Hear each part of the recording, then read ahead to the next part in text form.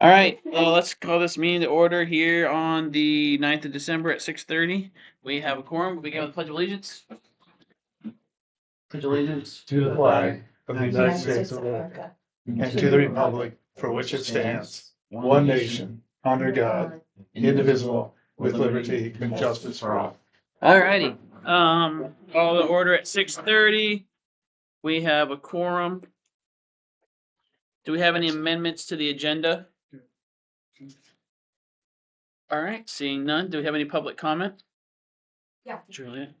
Do I come up here? You can sit anywhere. Stay here? As long as the camera should be able to hear you, just let us know who Okay. you are and where you're from. Yeah, Juliet Patlinger, 136 here in Durham. I'm here just to express my support for the speed study, and I think you're going to be talking about it today. The accident that happened, the fatality was horrible. I live on 136. I live pretty close to where that person died. It's horrible. The traffic there is horrible. I have to take my trash across the street. And it's very, very dangerous. And I actually just learned yesterday that we aren't supposed to be crossing the street for trash reasons. So that's a whole nother topic, but super dangerous in that. So I'm in the 50 mile per hour zone, and then it changes to 40. So super, super big supporter here of that speed study. That's it. Thank you. Yeah. Thanks, Juliet. We appreciate that. Before Juliet leaves, if I may, Mr. Chair, I'd like to Yeah. thank her. She is the vice chair of the planning board and the chair of the, I won't call it the garbage committee, the solid waste committee. Yeah, and I'm not leaving, actually. I'm staying. Oh, Okay, perfect. Thanks. Well, John. thank you, Juliet. We appreciate that you're involved at many levels, and even with public comment. It's really important. All right. Do I have a motion to approve the meeting minutes from November 18th? so moved. All right. Do I have a Second. second? All right. Any discussion on the motion? Any questions? All in favor? Any opposition? Seeing none. All right. Old business. So you might have all seen on the email that our HR consultant is sick, and so I actually appreciate that people don't show up and get me sick when they're sick. Right. And so that's appreciative, even though it's a tough scheduling. I did want to keep all this stuff on the agenda too, so we could at least have some discussion about it. We can save our questions and maybe email them to Betsy if we have any, or so she can next time she comes kind of be up to speed. I think Jerry and I can explain many elements of what we needed to discuss, so we can at least get the ball rolling. So, Jerry, do you want to start us here with the beginning of the discussion? We get the retirement plans, Okay. cash in lieu of health insurance. We've already talked about that, so we don't need to talk about it again. That's just kind of in the back of our minds, and then the wage table. So, Okay, so, yeah, well, thank you. So what you have in front of us, so let me back up first. So the reason why we're discussing this is that, again, the employment, the policy, employee manual is open, and that's full of policies. You are the policy developers, okay? And we implement the policy, so a lot of you probably wouldn't know what was in this employee handbook unless I brought it to your attention and what it really means. Okay, so that's why we're looking at this. So what you're looking at right here is retirement, our retirement plan, okay? And 24, this is the contributions that the employer made, employee contributions. 2025, although it really should say 2026, this is where we are to date. So the policy discussion that you have to have, or you don't have to have it, but why I'm bringing it to your attention is the retirement plan that you all are on now through MMA. well, we're not on, but the staff No, are but on. the Yeah. staff are on. They get no COLAs after retirement. So they also have a plan where they would get COLAs at retirement. So keep in mind that their retirement is their Social Security because they do not pay into Social Security. So if you have employees that work there for many years, when they retire, they get no COLAs. So, is that the way you want to keep it? Mhm. So I'm just making you aware of it. If you like it, you don't have to change it. But this is the first time I've heard of an employer, and I'm sure they're out there, that don't offer retirement plans that don't have COLAs associated with them. Now, that's different than like a Roth retirement account or an IRA. This is their retirement period, Mhm. not a account that they set up on their own, which we have. Mhm. We have a 457 plan that they can opt into where the employer contributes nothing. It's just all on them. Mhm. So that's a policy. It's an AC and an AN. The difference between the What do you two, see when you say AC versus AN? Sorry. I think I'm not. Oh, those are the two different plans, Those AC are and the AN. two Okay. different plans. So the difference between them varies year by year, but it only varies between like 1% and 2%. That's of the employer cost. Yes. Okay. And you know, like, and that cost is also gonna get passed on to the employee. So, The whole cost. yeah, because it increases it. That allows them to get calls. Now Betsy could probably explain it a little bit better because she deals with this stuff all the time, but that's the gist of this. So the policy discussion is, do you want to offer retirement with COLAs or not? Mhm. Or do you want to keep it the same? Does anyone have any questions? I have some questions, but I want to let other folks go first. So does anyone have any questions for Jerry? So Josh? you said the increase to the taxpayer is gonna be 1% to 2% of, Over the plan that doesn't. okay. So for this number 2025, the employer contributions to date is 59,601. So you're talking 1% to 2% above that? Yeah, the whole plan, the whole thing. So 1% to 2% above the whole thing, which is gonna increase your cost and the employee's cost. Mhm. It's not just a cost passed to the employer. It's a Mhm. cost, it's the whole plan. Right? Just like insurance is an 80/20 when it goes up. Mhm. We still pay Yeah, 80/20, but everybody pays. Yep. So Go ahead, John. well, I was just gonna, so to help me understand this, and I don't need an answer tonight, but so in the 2025 data, it's roughly $60,000. So the increase over that would be $600 at 1%, 1,200 at 2%. I'm talking about the towns. And then the employees are gonna have, I don't wanna get into like what it equates to. okay, I just wanna let you know that the difference between the two plans can be anywhere between 1% and 2%. This coming year, it's 1.2%. Mhm. I don't wanna get into like, that's what this is gonna be and that's gonna be, because I don't wanna be held accountable to that number sometime down the road. when you well, said, at some point in time, Yeah. I think it would be good to know what we're adding to the cost of the program. Well, so Roughly. real quick, this Yeah. this figure right here, 59,601, is to date, not the total year. That's Yeah, correct. yeah. Right. And so That's 24 was $70,477.78, and so that was employer contribution, which is a little less than employee. Good point. And so it sounds to me like it would be a 1% to 2% increase on the employer contribution cost, but that cost might be different this year. Yeah. I'm just trying to get a ballpark, because I like the idea, but what's it gonna cost? is the And every question. year it's gonna be different. I understand. Yeah. Yeah. But every year it doesn't go much above 2%. Is that what you're saying? Just to clarify? Right, they said Okay. that's what the difference was, and like, you know, you can't, I mean, you can get into the weeds of those numbers, but it will depend on how many employees you have. Like this year, we didn't have a lot of public works employees, so that changes it drastically, because they weren't paying into the system, and so that overall number down here is a lot different. Oh, thank you, Joe. So, That's by lower. yeah, and. No, I mean, you know what I'm again, saying, I'm just trying to get a ballpark figure to say, 700 to 1,000 or $1,500. So I think it'd be it's not $7,000 to the town or $70,000 to the town. It's roughly, under Mhm. under $200,000, given historical numbers. Mhm. And so one thing I do want to clarify for anyone watching, or even if the board members aren't aware, unlike private retirement funds, the town staff are on a fixed benefit pension. I don't know exactly how that number is crafted or calculated for the town staff. A lot of pensions is your best 3 years divided by and you get 50% of that. So your average best 3 years, 50% of that is what you get. Without a cost of living adjustment, that number would never change. So that's why I think the HR or Betsy had brought this to us as something to discuss because, one thing I know, Josh, you had mentioned a while back is when we're going through all these policies and thinking about employment at the town, there's a lot of different places where we can assess the total benefits package, and I think that this is an important place to talk about.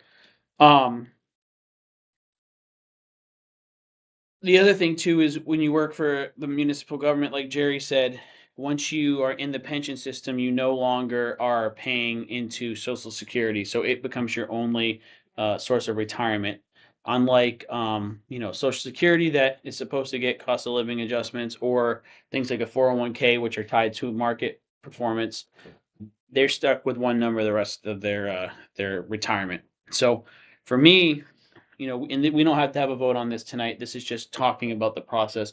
I'm strongly in favor of this right off the bat because I think that cost of living adjustment is an important component of retirement. So I would have a little bit more questions for Betsy that I can craft mostly. I'm wondering just out of curiosity for my own edification how the fixed benefit number is calculated.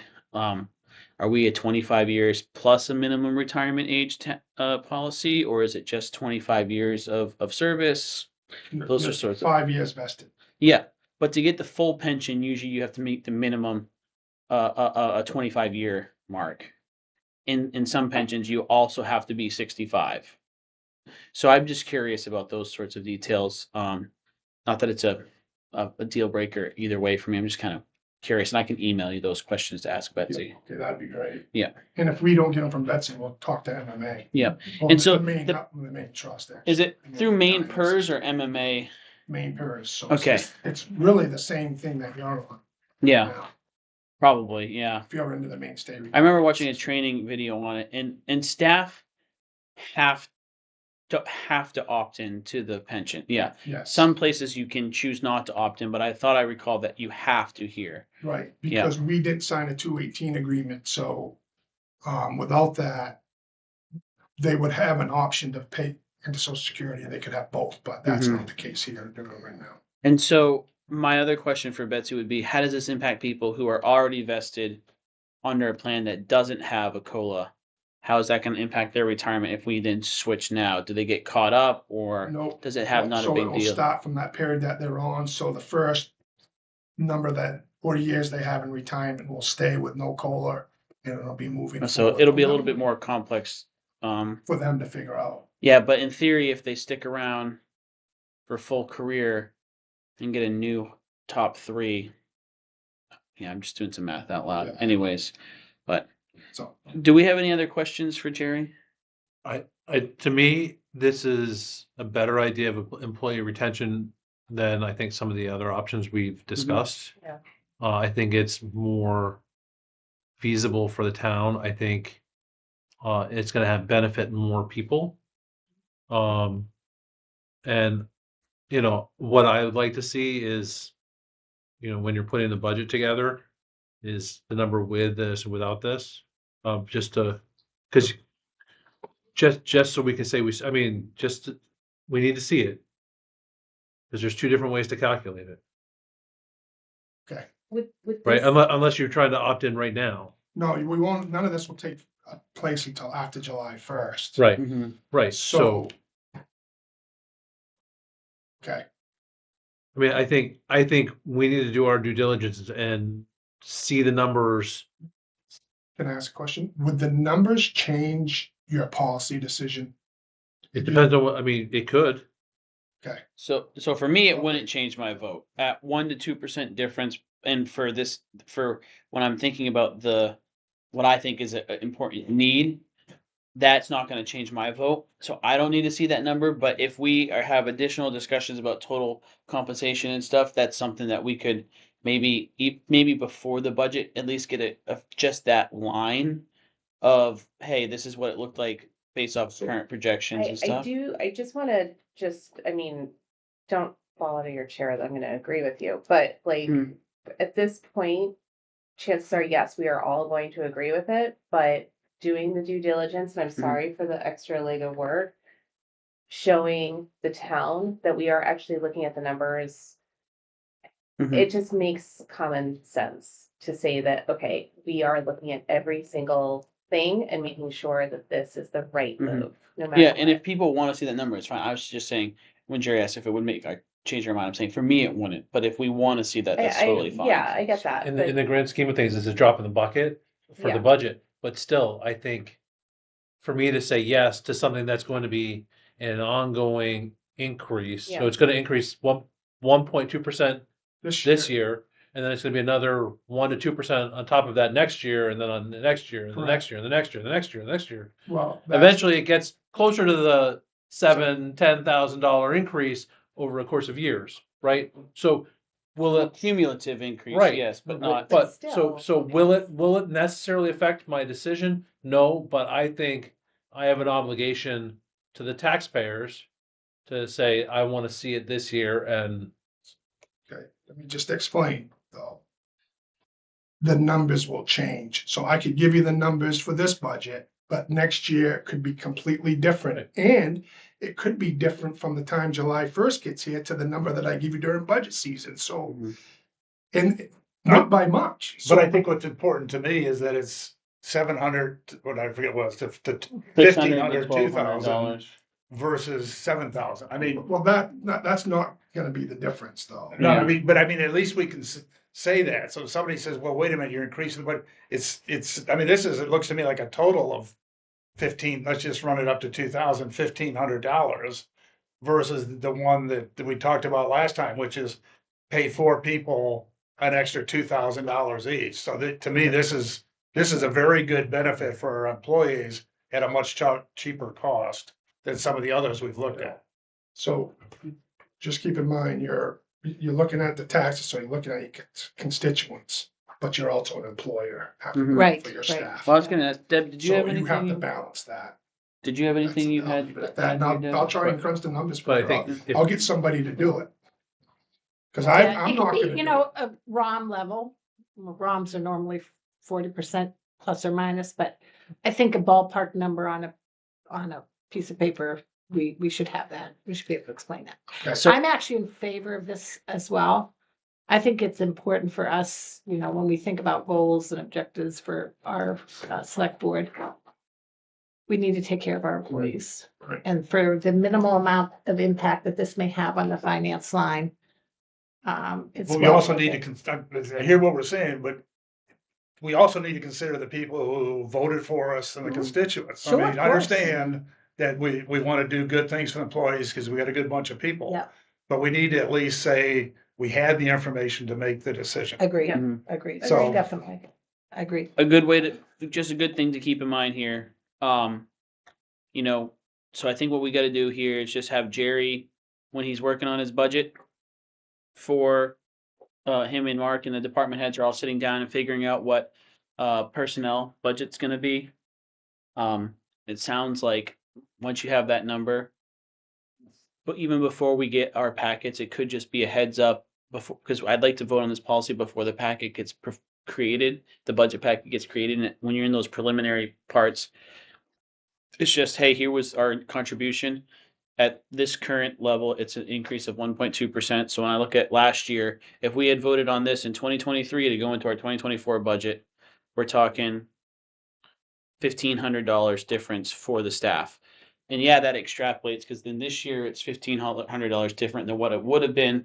And any sort of percentage increase anywhere is going to be extrapolated over the indefinitely. The number I'm kicking around in my head, like you said, John, is this seems to have about a fiscal impact of about $2,000 annually. This year, And for me, the thought there is this seems like a really good bang for the buck because whether there's a cost of living adjustment as part of a pension, when for me would be an important decision for where I work, especially if I can do the same job down the road and get that.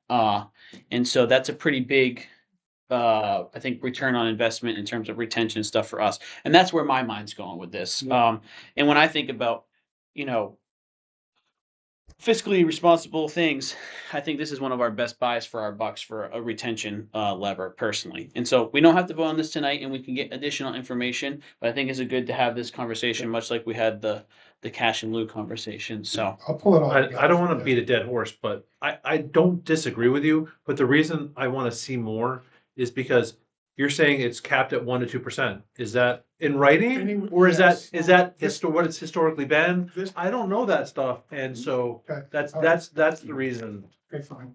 Mhm. I'll Right. the numbers, yep. But I think somebody does, whether it be Betsy or the fund, they say our annual increase over time has been 1%, 3%.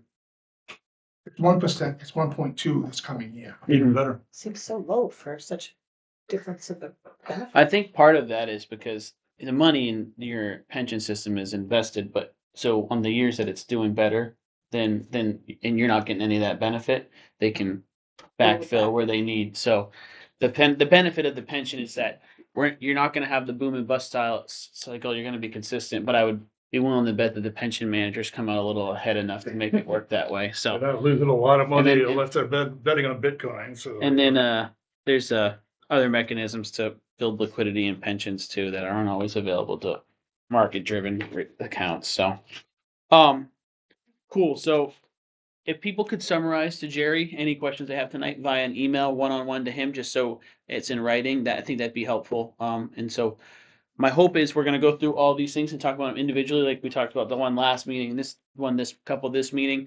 And then once we have all those bits and pieces, we can sit down and say yay or nay, kind of on a slate of these, so we can have all of those numbers in mind. So, I don't feel the need to talk about cash in lieu again, because I got all my questions answered last time. Are folks good for us to just move into a discussion on the wage table, or does anyone have additional questions about cash in lieu? Deb, you good moving on? Cool. Wage table, Jerry. Yeah, so this wage table that's in, I put together was about as best as we could come up with. So did you guys look at it and read the notes and everything, so you Yep. understand how it works? Yep. Yep. All right, so basically each step is 4%. What we do is we look at the first year of employment for the most part here. And these are the starting wages, and every step is 4%. When they get the 4%, year after year, they do not get a COLA on top of it. That is their annual increase. Once their wage gets above the step 8, then it's gonna be COLAs after that point. But that'll be up to you folks to decide what that COLA adjustment is. So these are still relatively lower than your competitors, but when you look at what other folks are paying, I just don't know what your appetite is for a starting wage and what you're willing to pay. So this is about as good as it gets. You can change it. You don't have to adopt it. We'll just have to figure out how we go from there. But this gives everybody where we're at. It's easier to budget. We know what to anticipate, especially after this year, because there needs to be some adjustments made with some of the pay in this.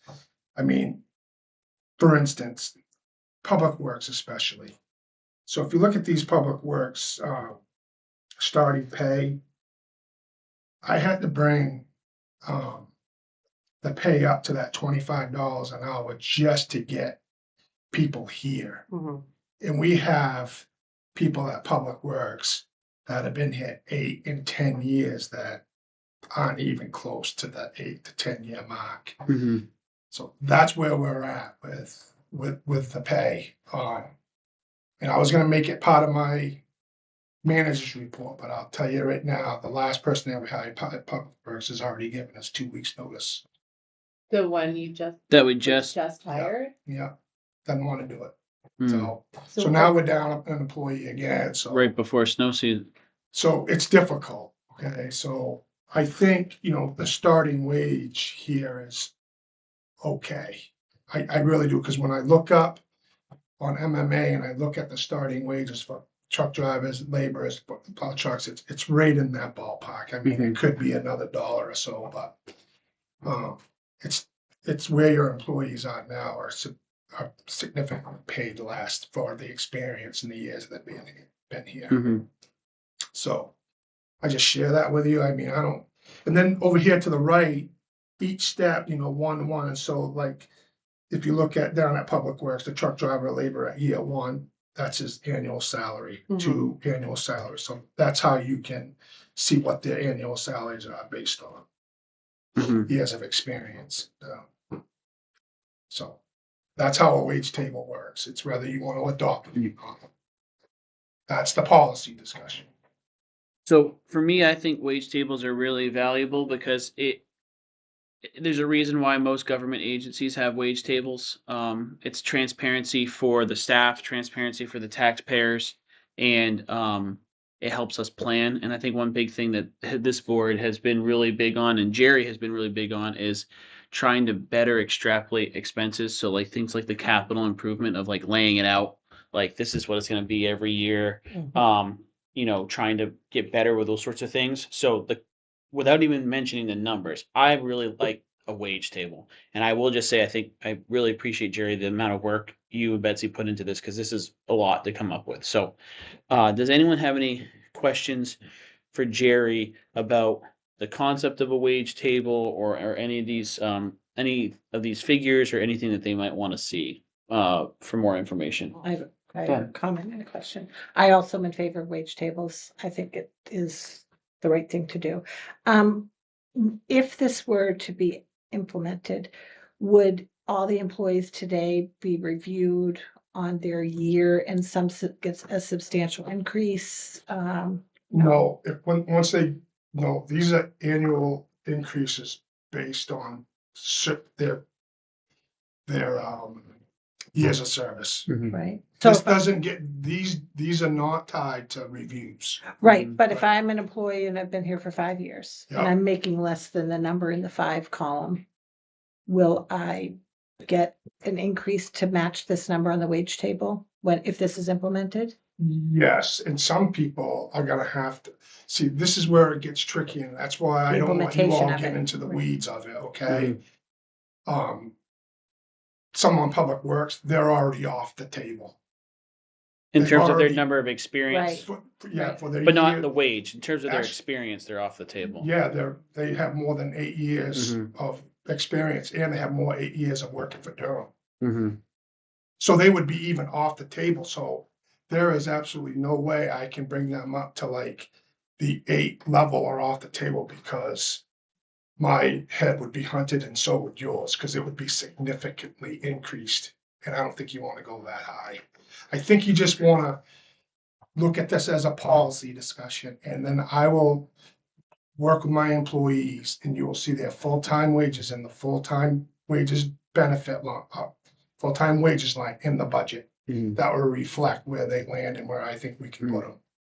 Yeah, because Without increasing the budget like way too much, because that's how significantly low Okay, so we then are. the answer is no. Right, You're not just gonna arbitrarily take each person based on their years of service and plug their wage in based on the table. You're No. going to have a so my kind of my here. implementation Yeah. plan. some will be there, but some others won't. Yeah.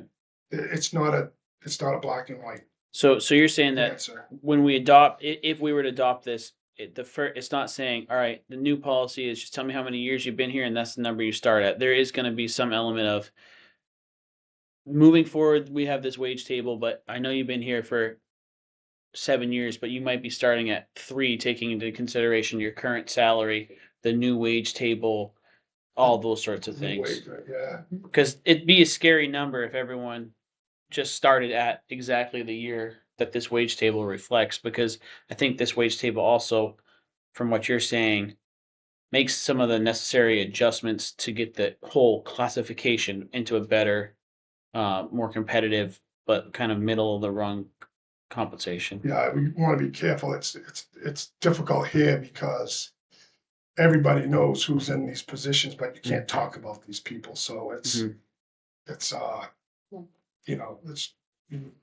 be careful how we talk about it, that's all. So A question though, also because of cost of living and how that will necessarily affect it down the line. Is there, is there room for, not manipulation, but is there room for, like, are there other things that can be taken into consideration, such as cost of living to increase? I mean, can we revisit it? I can or- answer that, Jerry. Yeah.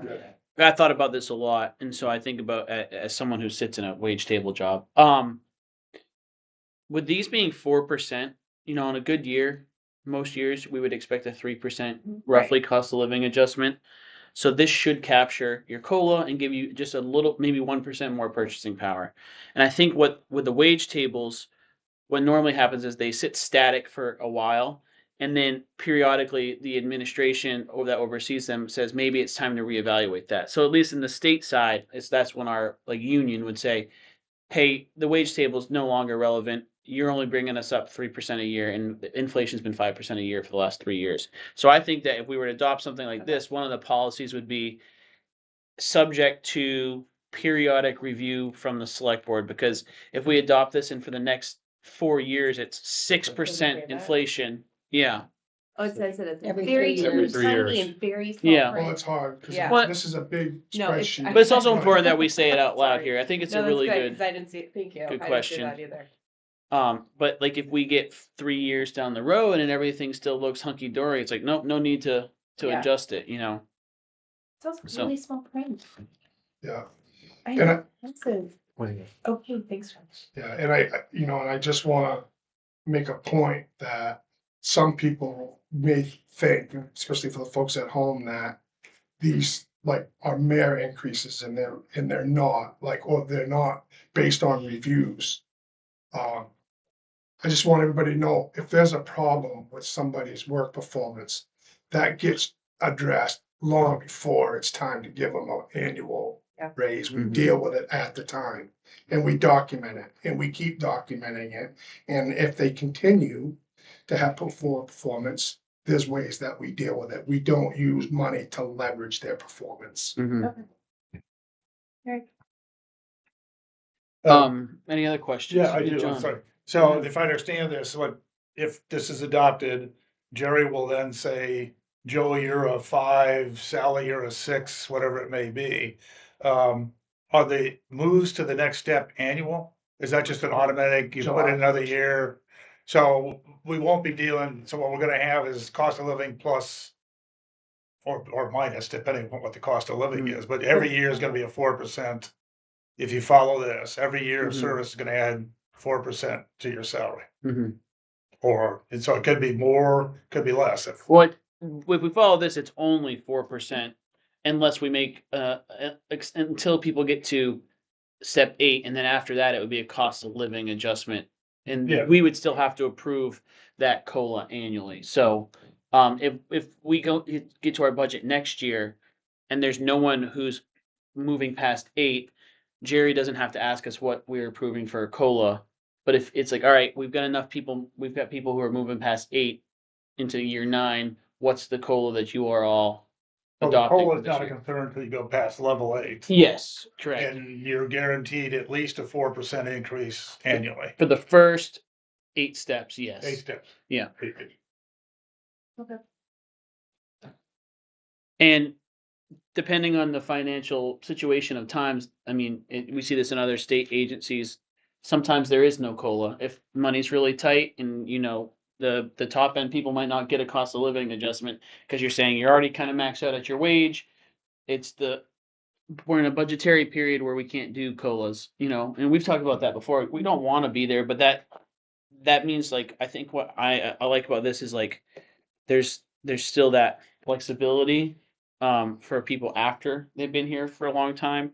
But I really like the idea of being able to press a button right now and extrapolate. If it's all the same people working here next year as this year, we know what 27 is going to look like. We know what 28 is going to look like. We know what 29 is going to look like. And Joe, I wanna just, expand on that, what you just said a little bit ago. There does come a point in time when a position taps out. I mean, they're at their max pay, right? So if they're not getting a COLA and they're not happy about it, they can go get another job, Mm-hmm. right? I mean, that's just the way you have to look at it. I mean, But you just can't keep giving, when they're maxed out like this, you just can't keep giving COLAs and COLAs and COLAs, because that position will be way overpaid of what it normally pays. So really, you have to manage it. It's just not, okay, now we have this and it's just, okay, everything is just, you gotta manage it, you gotta manage each employee. I think that's important to That's- point out because one thing that makes us different as a municipal or government employee is like you say it all the time. We're not building widgets. We're not selling products. It's not like at year 9 you're such a better salesperson that you're generating enough income to get a salary increase. Like certain point in time, you're doing the job, and if you want a pay increase, you either need to get promoted into a new role or look for a different role because that's what the job pays. It's the same thing as with our EMS and stuff like that. So. But what this does do, if I understand it, is it takes away the flexibility to hold down budgets or payroll. Because it's an automatic, if the policy is every year you get 4%, no matter what shape the town's in, that takes away that flexibility. After year 8, you have the flexibility. Prior to year 8, there is no, so if the town's income budget goes to heck in a handbasket, we're still gonna keep paying 4%. We're not gonna be Yeah, able to. it does develop a bit of a fixed cost, right? Yeah, Or fixed increase, yeah. yeah. I wouldn't go after wages and benefits to make up that difference. I would go after your paving budget. I would go after other things where, because otherwise you're not sending a very good message to your employees at all where. I understand, but I'll go Yeah. back to, we still have to, there are other. The point is, hopefully we never have to get there, Mhm. but if we suddenly become a town across the river, this takes away that flexibility. And God forbid, that we ever lose $1 million in our budget, but, it does take that away. Yeah, and I understand that. Absolutely, it's a fixed rate, and so it's a fixed cost. There's pluses and minuses of fixed cost. You know what it is, but at the same time, it's like enrolling a contract. You're in it, and that's just it's for at least at the read for me, the benefits of the wage table outweigh the cost of the wage table. But I think that's a really good point to bring up is that it does put you in a fixed annual change until people start getting maxed out. At the same time, it's a recruitment tool too, though, because there is something to be said about when you start a job, you know exactly what your compensation is going to look like moving forward, as long as you're, not getting fired for doing a bad job. Right. Yeah. So, but those are good points to bring up, John. So there's never really performance-based increases. It's just a straight out if you perform to Right, a level of if COLA, satisfaction. so you can't do both. I mean, you could do 2% and then we could do their performance appraisal. But I'm not gonna hold back their pay based on a performance appraisal, because I will adjust. I don't roll that way. Maybe that's the way they did it down at BW, I don't know.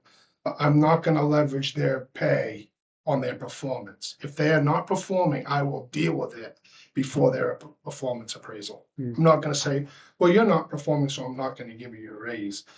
I'm gonna say, you're not performing, so we're gonna document this, and if you don't do better, we're gonna also document it. And of course, as you know, public employees are different. They're not like private. You just can't let them go. There has to be documented reasons why, right? So that's how this works here. And that's how I'm just asking. I know, but I just want to make it clear. I don't want anyone to think that these are based on any kind of merit whatsoever. It's years of service. I'll deal with their performance a different way. What I'm hearing is you're saying that if there's a performance issue, you'll address and get the person up to performance prior. We'll work on that. Exactly. It's a good question. And I think, as you know, there's been 2 employees that no longer work here because of performance. So that works. State-wise, there are no bonuses, correct? Correct. Okay. Sorry, never been a state I employee. don't even know if that word bonus is anywhere in my employee handbook at the state. Like, Okay. I think I could get fired for Googling that, or no kidding. No, I think that this moves us more into a model similar to like what we see at like state and federal and county levels for compensation. And so I'm very comfortable with this model because I'm familiar with this model. And so I could have some blinders up on it, admittedly. So I really appreciate people asking questions that I'm probably not thinking about. And I know you, Jerry, come from a municipal and state background as well.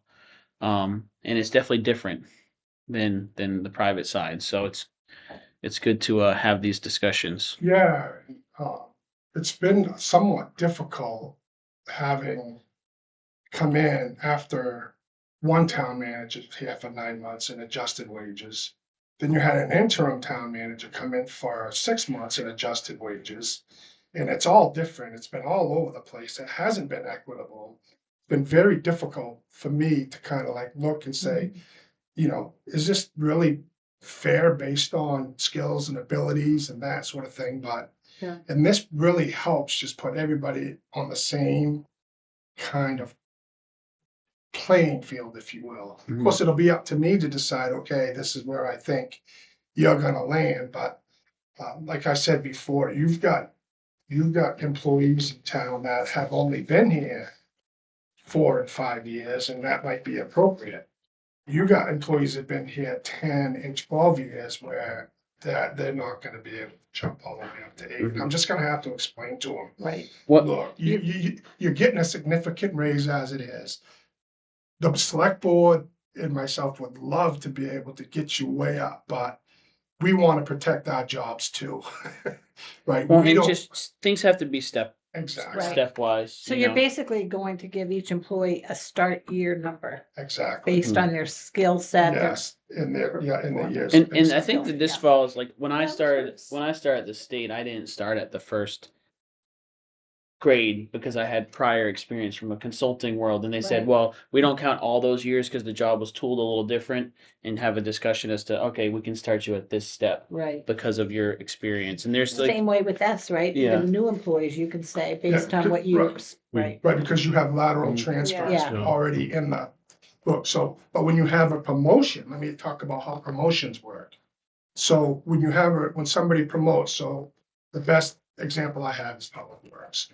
So the foreman gets promoted, so the foreman retires, and then Calvin promotes somebody in-house to the foreman position. Yep.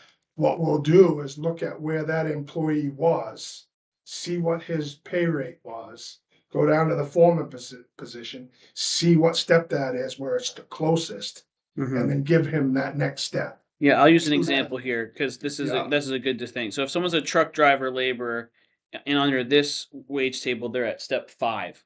They're making $29.25 an hour. If they get promoted to foreman, step 1 of foreman is only $27 an hour. So if they had to move all the way back to step 1, they would actually be getting a paid decrease. Yeah. But if step 5 is $29.25 at truck driver, laborer, you look in step 3 at foreman is 29.20. That person would probably start at step 4. So it's 30.37. And so your promotion doesn't cause you to be a decrease in wage. So you get the first number Yeah. that exceeds your salary at the step. And That because makes that's a pretty That's pretty good. standard policy. Yeah, and I think with the state, if I'm not, it was when I was there, if you got promoted, they gave you a 4%, and then where you landed on that is where you. is where Yeah, I you think it start, depends where- with the state on your bargaining unit, but I know that the What about policy your I took a look at just the policy for comparison, and you don't get a decrease in pay if you Right. get a promotion because there's a hierarchy on the tables to say like you've gone from resource to senior scientist, even though so Okay. as long as it's spelled out in the handbook, I think that's the important thing is that it's written out somewhere that says like in the event of a promotion, here's how we handle it. Well, yeah, I mean, when you start getting into all the nuances of Or this even if table, it just says in the event of a promotion, your wage will not be less than your prior Well, position. I mean, I think that the handbook should probably just say referencing the current wage table. Yeah. Rather than just getting into specifics, because then. But that's what I'm sorry, I might Oh. have worded it improperly. I'm not saying it goes case by case. It just says the handbook would indicate that, you know, Okay. in the event of a promotion, your wage would be referencing the wage table, but not to be less than your current wage. So you don't want to, Or however that's. yeah, you don't want to promote an 8-year truck driver to foreman and give him a $9 an hour decrease in pay. Yeah, you know? I think that's something to talk to Betsy about in terms of wording. I'm sure she has language for something like that. Yeah. John, did you have another? I guess the two concerns I have is what's concerned, the one I mentioned earlier about lack of flexibility. Is 4% the right number? Or should it be something that we consider if inflation is at 2%? Should we have some flexibility to say, okay, you got another year, so you're gonna get 3% or whatever it's gonna be? These questions I need to think through before I vote on it. And then the other one is to get a feel for, you know, what the overall this is going to do to us, and I think that comes up in the budget process. But it could be a whole boatload of money, and that may kill it in the budget process, in my mind. So those are my concerns Yeah. that I don't expect. Oh, to yeah, no, solve but tonight. I see what you're saying, because what Jerry's saying, what I think I heard you say was, if we accept a wage table, you're gonna bring us a budget number and say this reflects the wage table being changed, and I went through and got all the people where they need to. Yeah. And if we go, Jerry, that's way too much of an increase, we can't deal with that, you need to reevaluate that. It's your discretion to figure that out at that point. And we might say like that's, and you might say, this is the bare minimum, and we can have that policy discussion then. But is that how you anticipate, should we adopt a wage table? You're gonna go through and do this? Because I don't think you're asking for this, but it would be very, I think, inappropriate if we were going through and saying, well, you need to sit down and tell us where you put each individual person. Yeah, That's not that's allowed. not- And I know you're not asking that, so I don't think that, but I'm just wrapping my head around your point, because I think it's a good point. Like, what's that first Yeah, I bite mean, gonna get us yeah, at? and it may be this, we like the late wage table, but it's too much. Mhm. Or, we don't have you know, it's not 4% every year, it's 3% or whatever it's gonna be. So Good. just to carry on that, in terms of other towns, because this, you were saying that this is very much on par with how other towns are, no? What are Not you? necessarily, no. No, I was asked to put together a wage table, Right. so this is the wage table. Based on increase per year with the 4%, is that standard across? It is at the state, so I don't know what other towns do Okay. for those types of increases. Okay. And I will say, if you adopt this, and then in midstream say, well, we don't like 4%, we like 3%, that could, that could actually make somebody jump up even more, because now they're making more than what's in their year. And then they're not gonna make less, then it's gonna go to the next year. So that, like the state mid-contract, Joe, ain't Mhm. gonna say, well, we're gonna change the steps to 3% and not 4. So you gotta keep that, I mean. But I yeah, I suppose- understand what you're saying. I understand what you're saying about, like, oh, if we were to change it mid thing. But I think John's point is, there is a discussion we had is when we adopt the wage table, is 4% the right number to adopt? Right. And I think that's what we Yeah, need that's- to have that's that exactly conversation. right. We don't want to say, yeah, Jerry, we're good with 4%, and then you give us the number and say, we want to change that to 2%. You know, that's a different situation. But I think you're saying we might need to have a more robust discussion, maybe when Betsy does come here, like, Yeah. where's that 4% figure come Those are from? my concerns. Yeah. This 4% figure comes from, this is what the state does, and that's what I'm familiar with. Mhm. So you can ask Betsy, Betsy's gonna look at you that you are significantly paying lower, even with this wage table, than your surrounding communities. Mhm. I can share with you what those numbers are for certain positions, if you like, Yeah. I'll send it to you in email, but, No, but That's that was my what- question. That was how, in terms of what other towns are paying. Yes. So we are, okay. you're still significantly low with these right here. Well, Okay. and that's a discussion too, is that, you know, you ask yourself, on a standard distribution of wage for each one of these, where does Durham want to sit? Do we want to sit in the middle? Do we want to sit a standard deviation below, a standard deviation above? And that's where I think what you're telling me is this is a wage table that is still a little bit shy of the middle of the pack. So I'll speak for myself. I'd love us to be at the top, but there's a fiscal impact. Oh, absolutely, yeah. And so I mean, That's- this whole conversation to me is meaningless without seeing them up. what the budget would look like. Because yes, I think a wage table is a great idea. I think, but I'm not gonna vote for it if it's gonna add $50,000, $100,000 to the budget. I'm not gonna It support could it. very well add 50 because Right. you're that far significantly low. Right, and so to me, we need to see the numbers and I'd look at options on getting to those numbers, maybe So over time. this, I know this might be a pain. No, let's just Okay. walk right through this. So I'm gonna give you a full, let's just walk right through how it's gonna work. I'm gonna give you a full-time wages line. It's not gonna be 3% more. It's going to be a wage adjustment. It's going to be a lot more. So when you see that, I guess I'll ask you, then what's your next question? You wanna see where everybody lands that brought that number to that number, or are you okay with a wage adjustment? Because because if we start talking about individual wages, we're gonna need to go into executive session to do that. I'd be talking to you about how do we get to these numbers over a period of years and not in 1 year? That's what I'd be talking about. I like the idea, but if we're gonna be affecting the individual taxpayers, like how much? And those are questions that I think need to be answered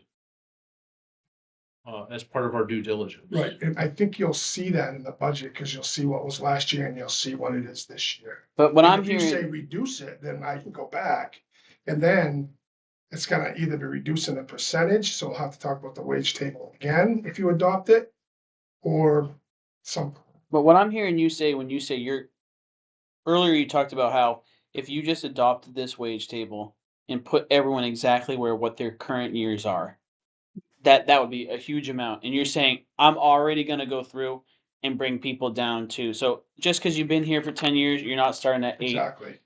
So you're going through and suggesting that you work with the department heads to figure out this is our new wage table. Don't think your current years of service equate out here. For some people, you're going to be an 8-year employee at 5, but some people might be an 8-year employee at 3. You're going to do that. So you're saying we're not going to take that first huge bite to get everyone caught up. We're saying the first huge bite to get everyone caught up is way too much. So you're trying to figure out where you can get people closer. And so you're saying that that number you're showing us is that stepwise approach of let's get started here. Is that correct? Yes. Okay. And so then if that number comes to us on the budget, in the budget cycle, and we say, Sherry, that's still too much. What can we tighten up? That's a different conversation at that point. Right, so, Then we would approve the wage table after we see the budget number. Because once we approve the wage table, we're locked in. Well, I think once we would approve the wage table, we're saying, hey, this is where you're at now. And what we would be doing after approving the wage table, if we didn't like that number, it would be Jerry coming and saying, all right, maybe I got to go through and move everyone down one more year because that might be the best bite we can get. so so now you're playing with the lines. What if I deliver you a budget that's only 3% and it's still right where we wanted it to be? That's, I think, a discussion for the board to have. If you said that budget, the total number of the budget is still good, but the wage number is more than 3% or whatever, I think that's a vote for everyone to have at that point. But I think these are good questions I guess to what my point raise. is you're keying on one line and you got a whole budget and you have a budget increase by a certain percentage. Mhm. So if that percentage is only 3%, you know what I mean? Going line by line is, Well, I disagree because I think, as you said earlier, it becomes our decision. Do we want to cut paving? You know, because we're supposed, 4 miles a year. It is, how important is that? Or how important is, there's only 3 or 4 things that really, it's salaries, which is what we're talking about here. It's paving, it's the amount of money we're putting into reserves, and it's something else that I can't think of right now. But those are the only 4 things that really impact the budget. We can sit here and talk about how many tools the fire department or public works buys. But those are the 4 big things. And so we have to decide, here's payroll. Mhm. And I understand the defense of the great employees we have, but there are other things. How much do we want to put in reserves? Because our fire trucks and our dump trucks are, hanging in there, but they're gonna run out of lifespan. And I know you've worked on the CIP, so how much money are we gonna put into the reserves to pay off fire trucks? That's all part of the budget. I'm not worried about how many tools the public works buys or how many pencils the town hall Yeah. buys. But it's those 4 or 5 things, and this is something that has a huge pack on the budget. And I'll just throw this out there because it's kind of been my focus. We're gonna have some really strange years budget-wise in the next few years. Hmm. This revaluation, in my mind, I don't believe the 1/3 pay more, 1/3 pay the same, and 1/3 pay more. My concern is damn near everybody's gonna pay more. And so we gotta think about that on where we're going, we have to be Yeah, thinking about I that. think that's important to think about, but at the same time, the reevaluation doesn't affect our budget. It affects how the distribution of the expense is sent across town. So just because we gained valuation doesn't mean we've increased our town spending Well, per person. I agree. It just shifts the burden. And so that I do think we gotta be a little bit careful when we think about that because if the town's valuation doubles, we don't double our budget.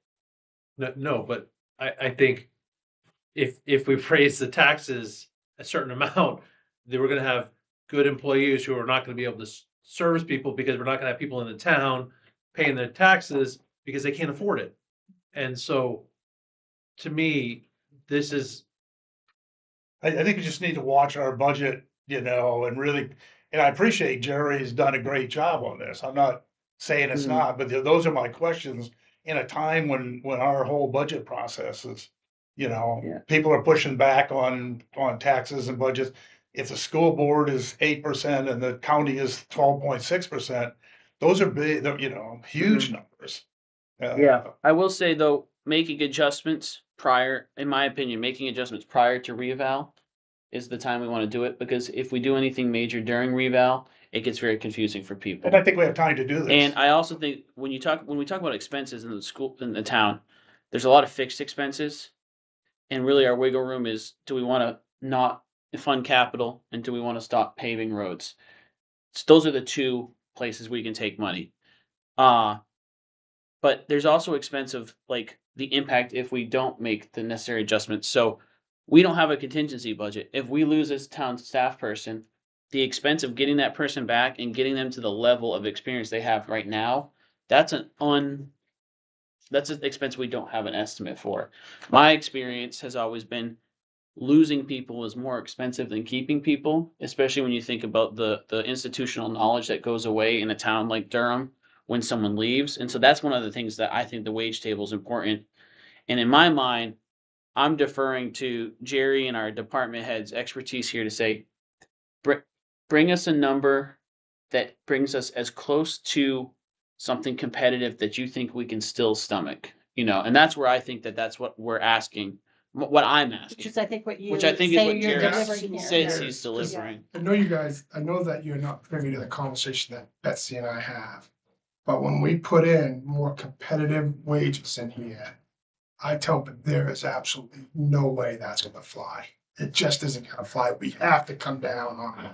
So it's already down, so those are the Yeah. conversations that we have, so don't Mhm. think that this is high in any stretch. I You're think telling the us that you question- brought this I down think the already. question on the table here is is it reasonable for the select board to expect, like, what is our current payroll?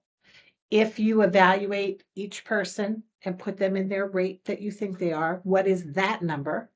And then it's 4% increase from there. And then we can look at a 5 or 6 or even a 10-year possible hike in this budget line. Mhm. And when we're making decisions like this, I think that information is important, even if you end up moving money from one area to another to kind of bring the total at a 3% or 3.5% increase. I think we should understand the impact of where this wage table would take us in Yeah. growth over year after year. And I think it's that easy. You got to do it anyway. See, the Well- problem with growth year over year over year, you don't know who you're gonna have for employees year over year over year. That's So true. You can it only go so changes far. so You much. can only go so far, Right. but if you took your current payroll all the people we have, plug them into where you think this is. That's your delta of what's it's gonna cost us to, And that's what you'll see on the budget when I present it. yeah, I will say, I do think Yes. okay. it, on that to, line. I will say, I do think that right now what we're kind of doing is we're diving really deep into the weeds of how Jerry presents one line of the budget. So like we're not, if we were to do this to something else, we're having Calvin in here and we're saying, well, let's calculate how many tons of sand we really think you need. We could probably get by with less sand if we talked about sanding in a different No, regime. that's not what no, I'm saying at no, all. no. What Yeah. I'm saying at all is the budget, we have to look at everything on the budget. Yeah, but what I'm You- saying is you're right now asking- that you're we've asking us asked, to change a policy without knowing what the fiscal impact is Right, gonna be. right. And in my opinion, that is reckless so and if we vote on this tonight, that does not set the budget. We still vote on the budget. We're giving Jerry But some we're locked guidance. into it. but We're locked if we, into if we have a 4%. policy, how are we not gonna follow the policy It- is my, Nothing my- nothing is policy until the town meeting in July 1st. So we're saying that this is a policy that we want to adopt during the planning process. If Jerry brings us a number and we vote against that number and we are the administrative authority, we could just say, we want this admin budget decreased 5%. Now, Jerry might say, I can't do it, I'm out of here.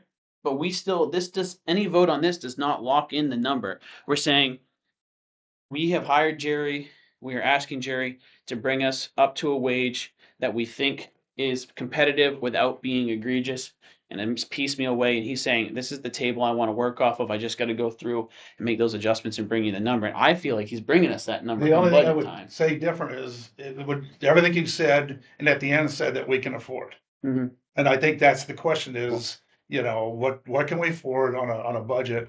What is the rush to approve this? Oh, I'm not saying we're approving it tonight. I think these are important things. But I think, when we look at the process, come January, Jerry's gonna start working on his budget.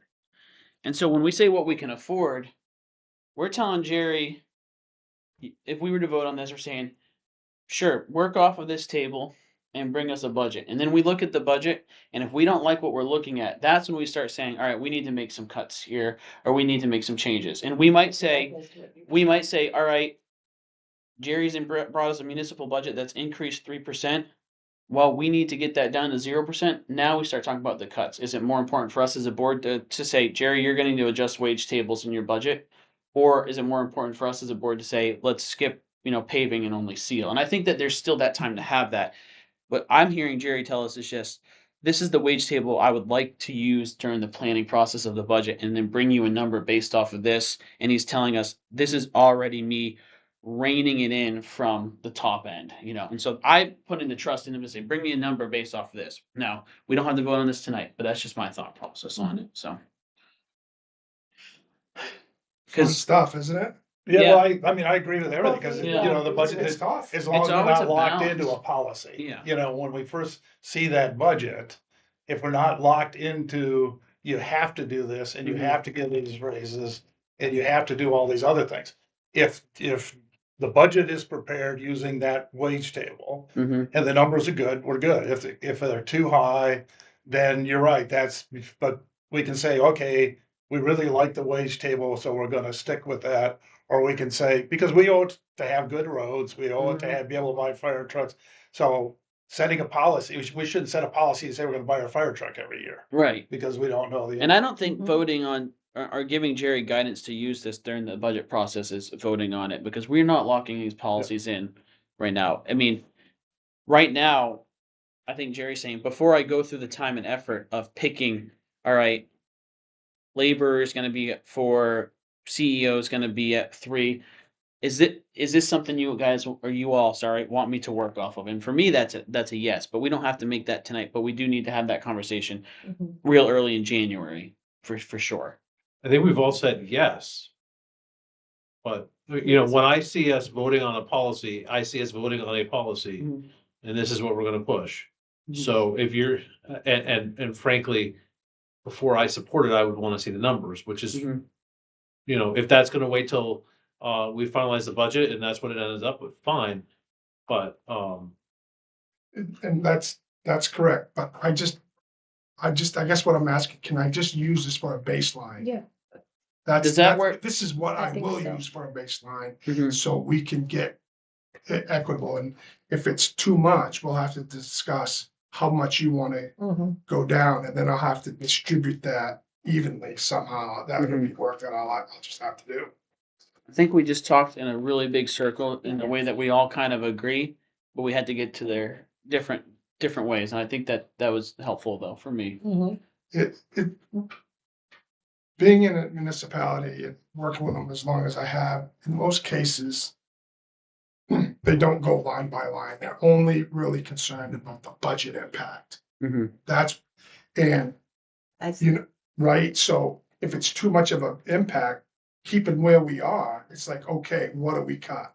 Typically, those are services, right? They're not people, because we don't have really enough people to provide the services that we really need, because like I said in another meeting, is that, you know, you had an application in front of you that really wasn't filled out correctly, but there was really no time for that person to call them and say, you know, this, you really need to do this, this, and this. So we brought it to you when it wasn't really complete.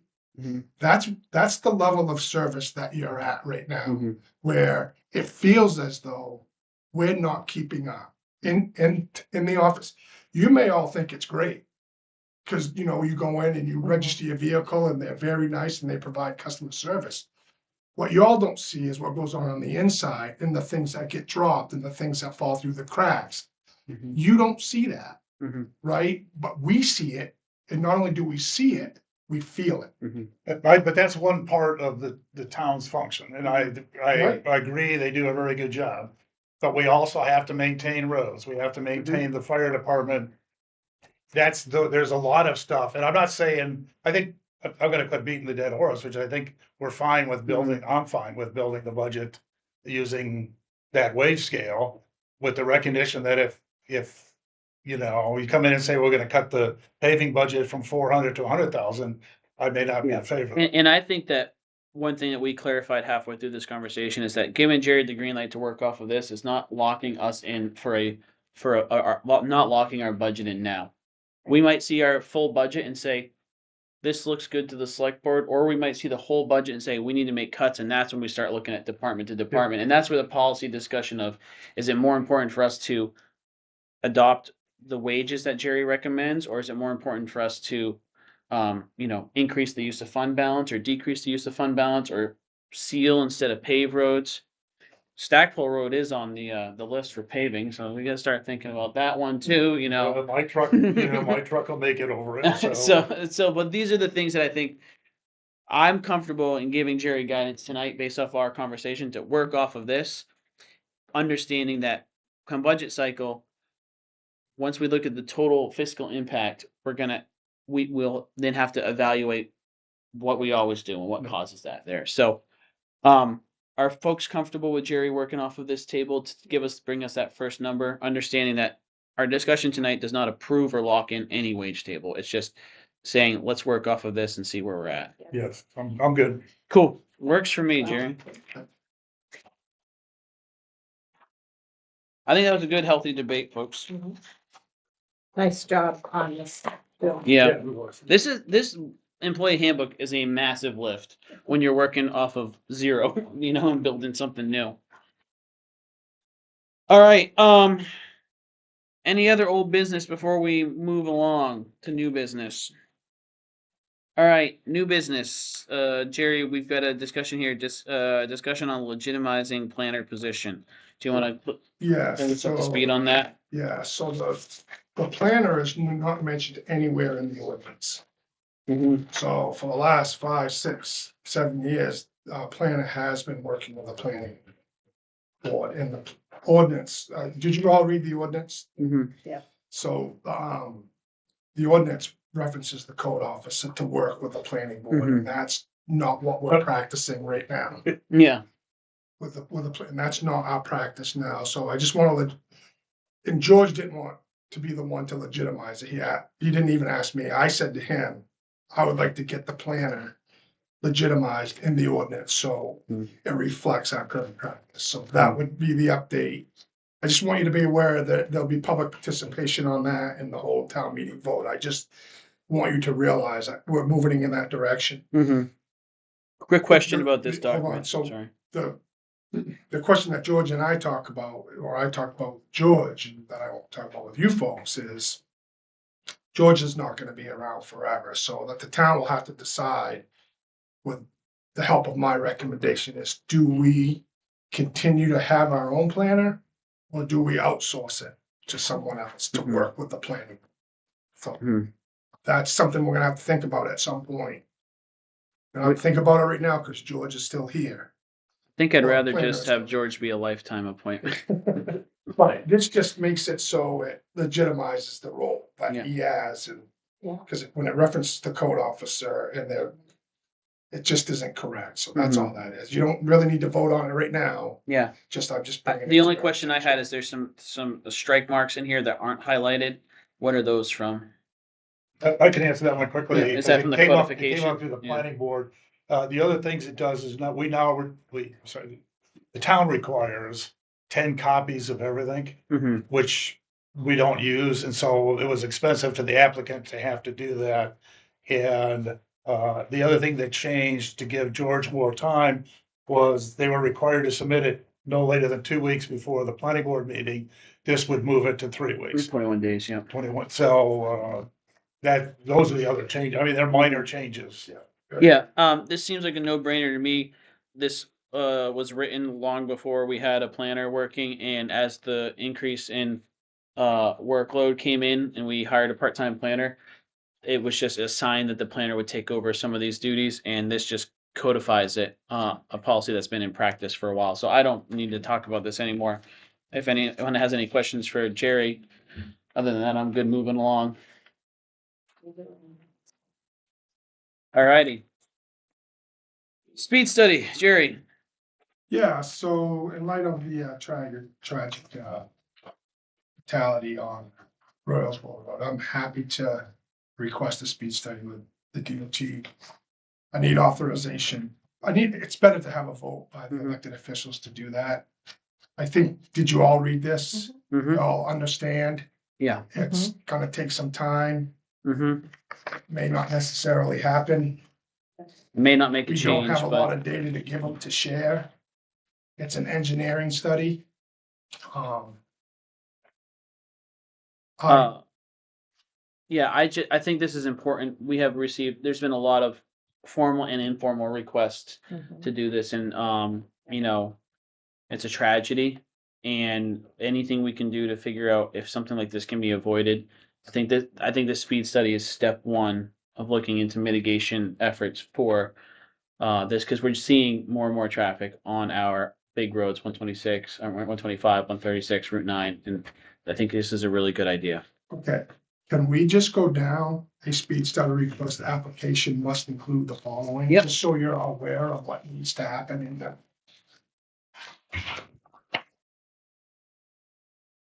Mm-hmm. So why is the speed study necessary? I can say there was a fatal, Mm-hmm. okay? But keep in mind though, and I'm not trying to be insensitive. If you lower a speed limit to 40 and then a pedestrian gets hit at 40 miles an hour with no signs of any brakes, it's probably gonna be a fatal. Hmm. Okay, so I'm not trying to be insensitive, so. I Wait, agree hold with on. you. Just hold on. Is it uncomfortable or unsafe to travel at the existing speed limit? So I would encourage you to go travel at the existing speed limit and say, is it uncomfortable? Mhm. Calvin and I did it. We didn't think it was uncomfortable. But we have had people in town reach out and specifically say, I feel uncomfortable with the speed It would, limit. it would be nice to have that. I don't think that's what they said. I think what they said is it's unsafe for pedestrians and there are pedestrians walking in that area, Right. which is why, well, I'll let you finish, Yeah. but I don't think that's what they said. Okay. How often is traffic going to exceed the posted speed limit? Without any law enforcement, we have no data, so I can't provide anything there. Request should not be based on the goal of traffic calming unless other traffic calming plans are implemented before the study is requested. Mhm. I don't think that's happened. So we can do the request, but I don't know how I'm gonna fill out this application with a Mhm. straight face and answer these questions to Warren. the study. So my review of this said the exact same thing. So, Joe said this is step one. I think this is not step one. Step one was the town voted down uh having dedicated law enforcement. I agree with you, traveling 50 miles an hour on that road. I think if I were, if you're walking, yeah, I think it's uncomfortable.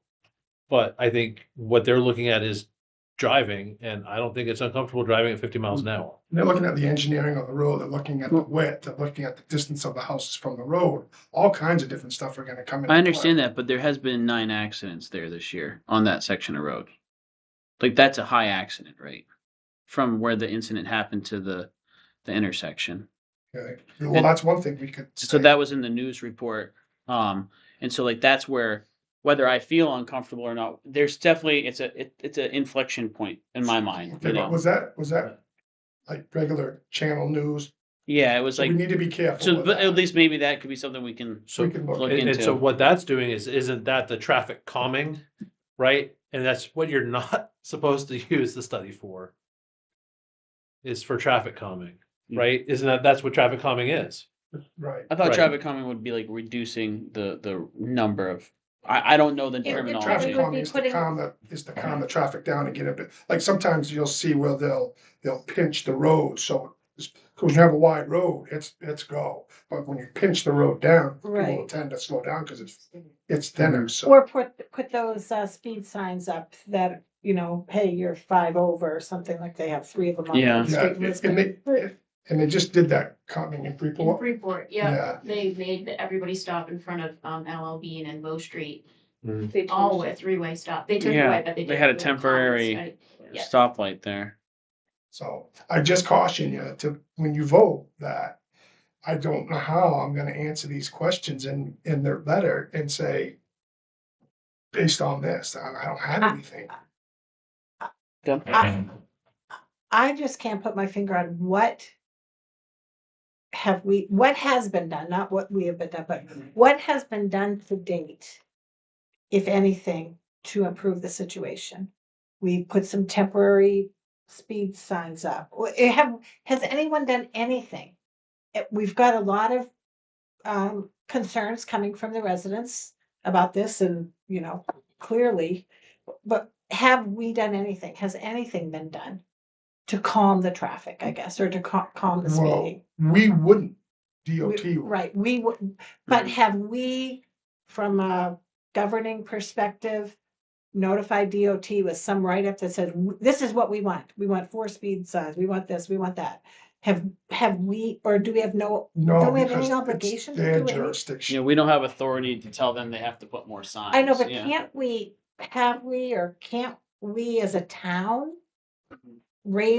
officially raise the concern on paper and ask for certain things? I mean, So, I don't know, I'm In, just. in my mind, filling this out or starting this process is starting that and saying, hey, we're working on this. We want to submit it. And if they say, well, this doesn't meet the mustard, but this is a different intervention that we can take. To me, this seems like starting a process with them. Because if this is if this is a DOT road, like how do we start the calming process without going through the speed You study? don't. Right. No. So I mean, in my mind, it's Yeah. like you fill out this the best you can. Someone at DOT gets it and says, "Well, no, you're not quite at that level, but we could recommend you do this instead." And so I don't know if that's the actual process.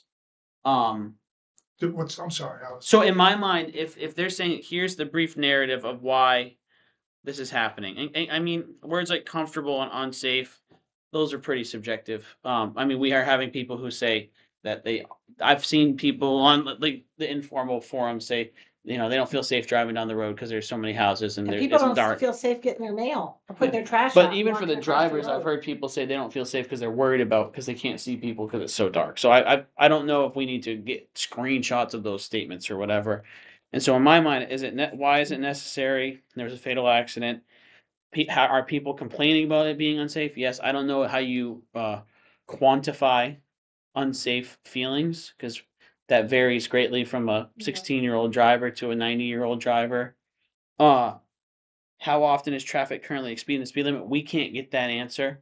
without enforcement, and we don't have enforcement, so maybe DOT says we need to work on getting you a detail to get that enforcement data before you can move forward. Request should not be based on a goal of traffic calming unless otherwise other traffic calming plans have been implemented. If this is a DOT road, like how do we implement those without? Can- We don't. And so, There's- is there a way we request calming without filling this out and getting told that this doesn't meet the muster, and then they want to go with a calming I option? think down in somewhere, I have to read it again, I've read it a couple times, but don't they talk about there might be some other alternatives that they'd be willing to talk to us about? Mhm. I think that's, Yeah. I think that's what, I think step one, we've tried. Step two is we see if DOT will give us grants, or Jerry says there's money in the budget for us to hire the sheriff's department to do targeted enforcement at certain times of days. We let them choose. I mean, would I be upset that the speed limit's lowered to 40? No. Do I think it should be? You know, they have their ways of doing it, and you know, that's how they do it. But I think there are things that we can do without filing. I think asking for the speed study, we don't meet the requirements, but there are other things we can do that would bolster this request in the future if we could meet it, and would also draw attention to it. What things? Cause I don't We see do them. targeted enforcement, which is what the sheriff's department offered us. So right, if we didn't put in wanna- a budget for this year to hire a police officer for next year and do a study after July of 26. Or Jerry 'Cause finds money in If the we're budget. talking to- about fiscal notes, finding a budget, I mean, we saw the price of that, you know. Well- on the budget this year. Why can't we do both? Because I don't think we meet the requirements of this. I mean, you can do it, but I don't think we meet the requirements of But I it. think it's a real challenge, because somewhere it says very specifically that speeding is not a reason to change But something. they do say they Unless you're prior, enforcing it. they do Right. say they prioritize based off high crash location or segments, areas with a documented crash history, potential safety issues, high volume of vulnerable users. And so when I read that, it's like there's at least a claim that there's 9 accidents there. They've happened in the last year. There's a safety issue because we had a fatality. When you have people who are in their 80s who need to walk across the road to get mail on a road that's 50 miles an hour, that's a vulnerable user. When you have children and family members have to move their trash across that's vulnerable. I do think that while we might not be a perfect, like 100% you hit everything, I think that there's enough here in time since the study was done. I think that there's enough here to at least make the request and get feedback. And if they say we can't do this until we get this other information, we then need to go through that. Because if they say you need to do a speed study, we can't do a speed study now. We don't have the money. So while we're waiting to get back the information, we need to do a speed study. Maybe that comes back in the budget process and we say, okay, is there a way to budget for this? It's going to be a huge fiscal note, but I don't Why know. can't we ask Jerry to reach out and see what can we do? How can you help us? They have grants. They have funds that can help. As opposed to filing something. Yeah, I Yeah, recall that then- being a dead end when we brought the sheriff in last time about like there's not like I'm an not talking about the sheriff. I'm in-between. talking about DOT. Mhm. They do grants all the time. That's how they get, the OUI checkpoints and stuff like that with these grants. I mean, I So think, if it's, So, but this is what this Okay. seems like a ancestral comment here. In order to do a speed study, you have to have recently got a speed limit info. So you need to have done a speed study to request a speed study. How do you do that? Like if a requirement of us doing a speed study is we need to know how often traffic is currently exceeding that, how do we measure how often traffic's exceeding it if we don't have access to a speed study? well, Is there a passive through measurement? enforcement, But we don't have enforcement. that's why. And you we can't ask the do it. county and they say, we do our best to come down, but we have 14 other towns and we can't get there often enough. But we do know that something's happened that caused 9 accidents. Maybe it's not speed. Maybe there's a discussion we said about about lighting or outreach and education on mail, or can we move mailboxes all to one side or trash all to one side? I don't know. But I feel like we are getting a lot of questions from people to ask for this, and we have to at least do our best to ask for it and go down that process, even if they kick it back and say, sorry, figure something else Yeah. out I personally. agree with Joe. I just look at these questions just like John and Julia looks at planning board questions. Well, you didn't give us this, you didn't give us that, you didn't give us this, you didn't give us that. So until you come back with us with this information, I get it, but the difference is when someone comes in and they don't have that, they can get feedback as to what they're looking for. Because right here, what do they give any criteria of what they're looking for when they say how often is traffic currently exceeding the posted speed limit? Like, are they saying please submit the traffic report from the county? Are they saying please let us know what your passive measuring devices are? Like, those are things that like some of these things that they're asking for are really hard for us to get. I hear what you're saying. I think in a lot of towns, especially with populations that we have, there's police enforcement, so it's readily available right there in your town. Yeah, I get that. You know what I'm saying? I think this is just like a one size fits all. We're unique in the sense of the population we have with law enforcement.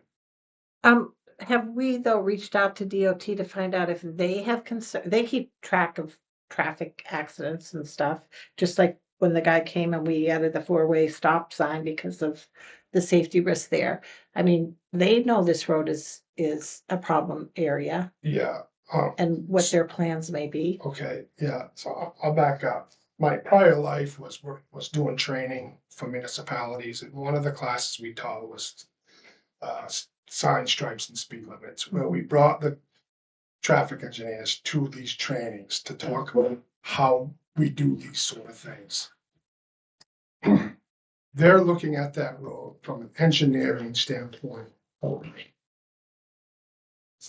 That's what they do. They set the speed limits. How they would do it. Did y'all look at the video when I sent that email and go in there and see how they do it? They'll set at the side of the road and they will clock every car that goes by. And they're gonna go with the 85th percentile. A lot of times towns will request speed limits because they think it's too fast. It actually goes up. It doesn't go down like they thought that it was. So you just need to be really careful and understand the criteria of what you're asking for. Yeah, you're happy, you can request it. There's no harm in doing that, other than for someone like me to put my name on it, kind of knowing how it works. I can see them saying, Jerry, you know how this works. Blame us. You Let Joe know? sign it. So, well, there is that, but then it feels like we can blame you, but what about my credibility that I'm explaining to you guys? Where's that lie? I understand that, but I'm saying that we have an immense amount of public pressure right now to pursue some sort of safety action on this.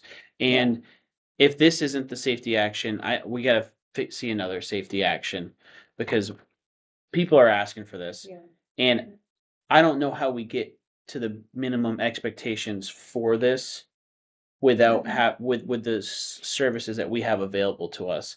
And I have to believe somewhere a rural town with no police officer has been able to get a speed study done because of fatalities and accidents. I have to believe Can we that. call the question? Yeah, speed only can only be requested by the municipality, not a Yeah. cop.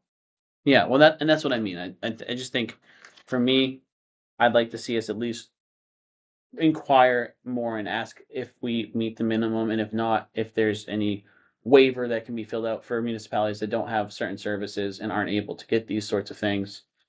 Or if they have any recommendations if we don't meet this to take a different action. So, does anyone else have any input? I think, the people would like, there's enough people who want something done. I'm not sure what that is.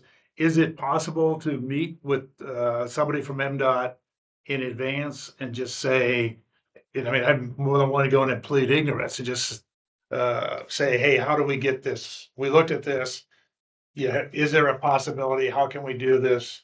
What are the things we need to do? And if he comes back and says, get the sheriff to patrol it for 10 days and tell us what it's like or whatever it may be, but kind of agree with Josh. We have to, out of 9 accidents, one of them a fatality enough in MDOT's, in a bureaucracy's mind. Let's be clear, if they base it on 85th percentile of the speeds, we all know how fast people travel on this road.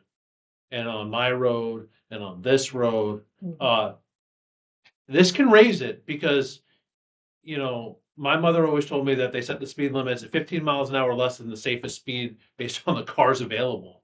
You know, I would not be shocked if this happens and the speed goes up a little. And so I agree. There are other options and other things and conversations that should be had before we start doing this. Okay. But I would also call the question so we But can. what would those other options be? We have to call the DOT in and talk to them about it. Because I have them show up, just like they talked about the four-way stop, just, could you send someone to December 20, which is unlikely, or January, whatever it is, and talk to us about how can we fix this road? Fix this issue. I mean, the difference with the intersection, they came to us and said, we're fixing it, just so you know, we wanna let Gotcha. you know. But I you mean- know. So they were driving it at that point.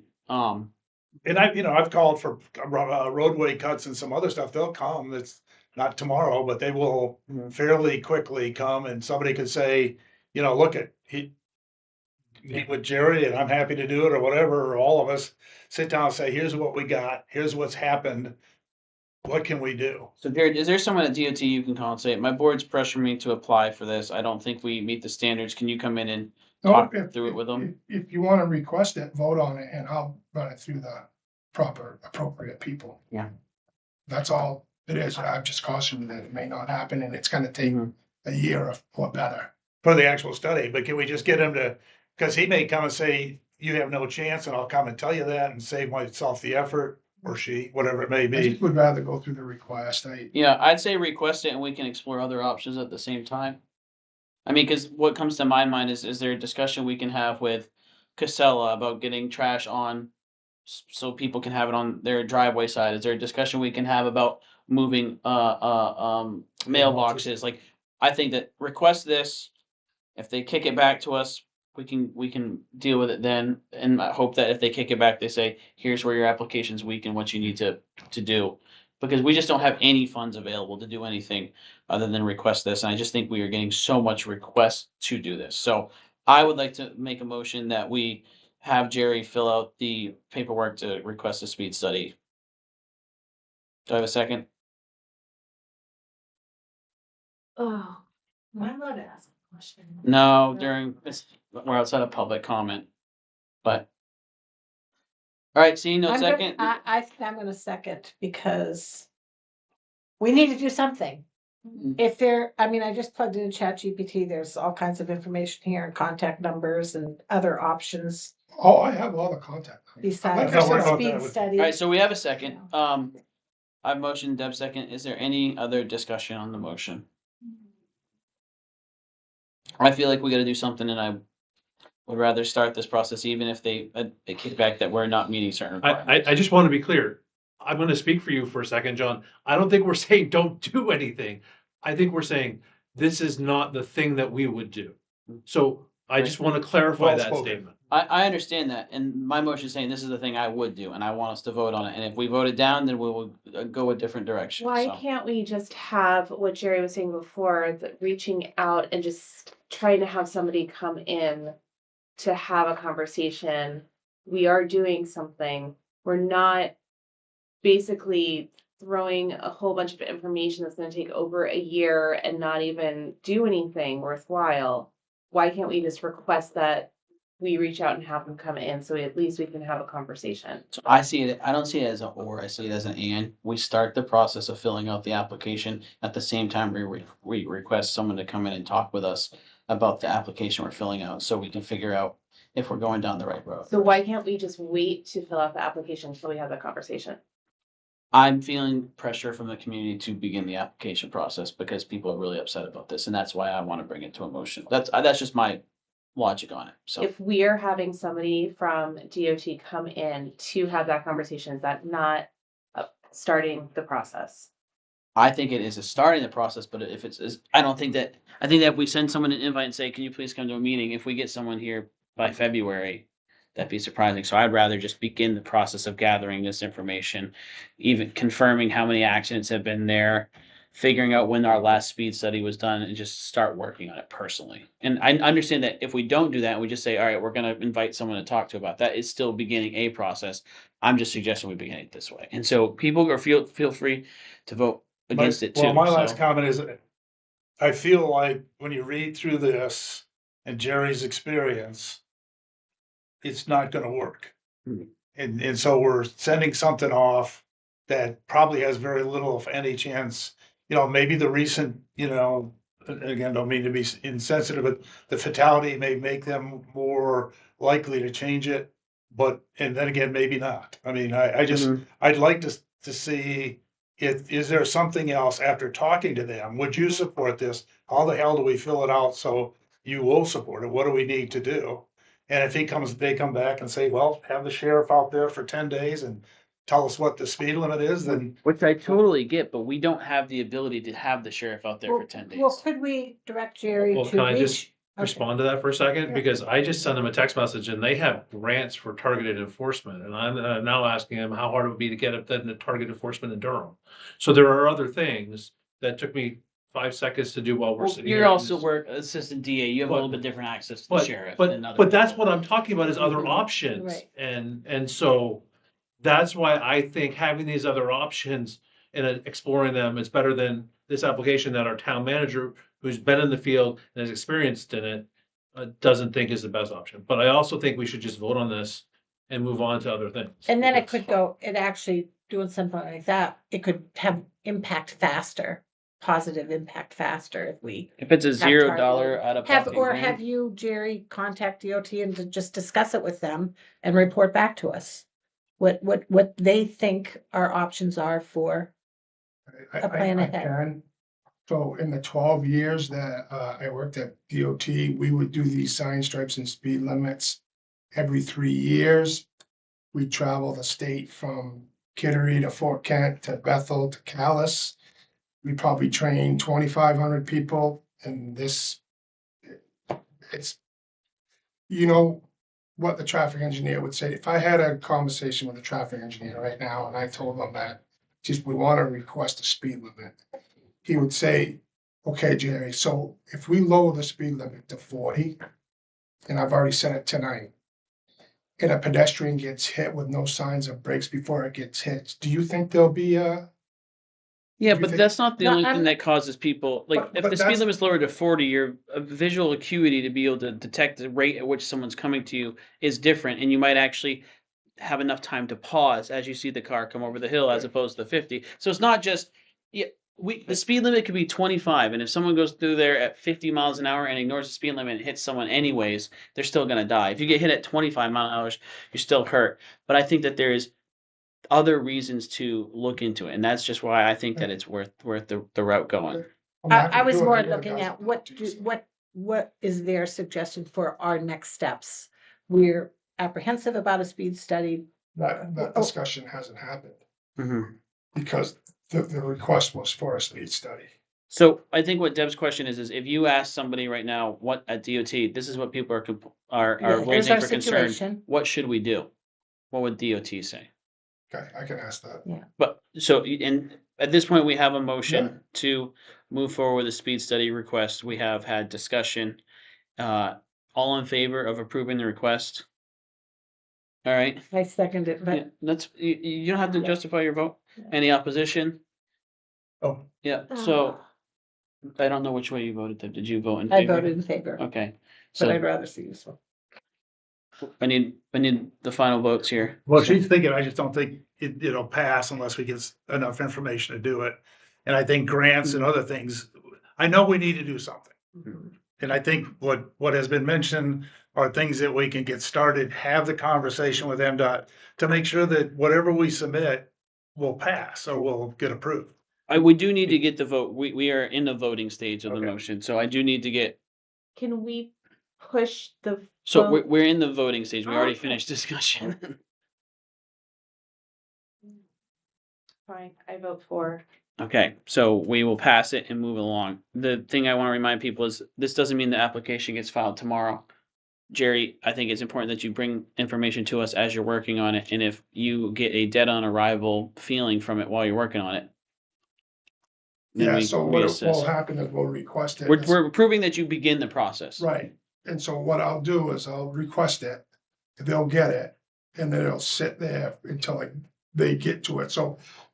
Read this on how it works and when it's priority and all that, so, and in the meantime, I can call up the traffic engineer and.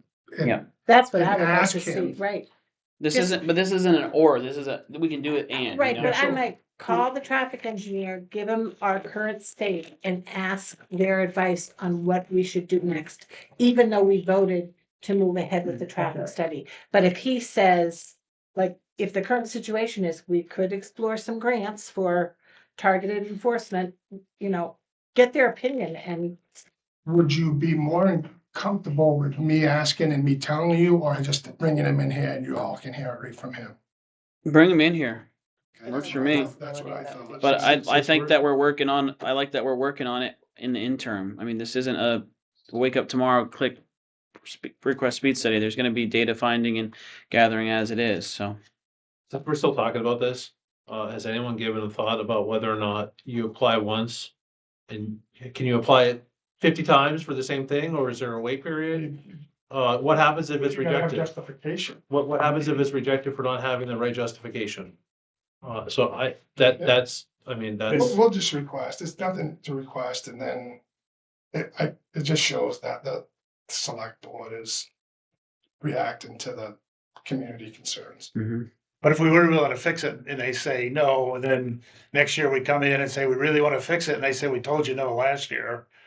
I think that, Is what Josh was getting. I to. think that if they were to reach out and say you have an incomplete application, come back and give us other information, that's a different scenario than if they say, since you have an incomplete application, you're not allowed to apply again. And so What's I don't their think answer that, gonna be though? That's I my don't think that question, that's is gonna be the process. And so I'd rather us make a motion forward and we work with it as we go along than sit here and then maybe in three meetings, talk about potentially applying for a grant that we might get in 12 months to possibly have someone come do a speed study.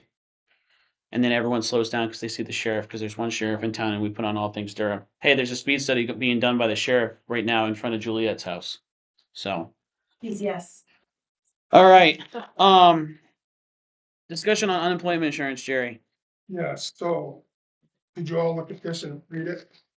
Yeah. Okay, so the assessment. This is what we owe the Bureau of Labor for unemployment. This is the first time I've seen something like this since I've been here. So what the town of Durham is what they call direct reimbursement. Mm-hmm. So when somebody goes on unemployment, that's when we get dinged. Okay, so it doesn't have to be one of our full-time employees, it can be a part-time employee. In this case, it was a part-time employee, and that's why the claimant name is, I whited out because I didn't want that on there. sure. So when they go on unemployment, what they do is they report all of their wages. And because they make wages here, we have to pay our fair share percentage of whatever that is. I don't need any action from you folks. Why I brought this in, because once again, I don't have a line to pay this out of. So therefore, this is like the second or third time where I've said, this is why you need contingency.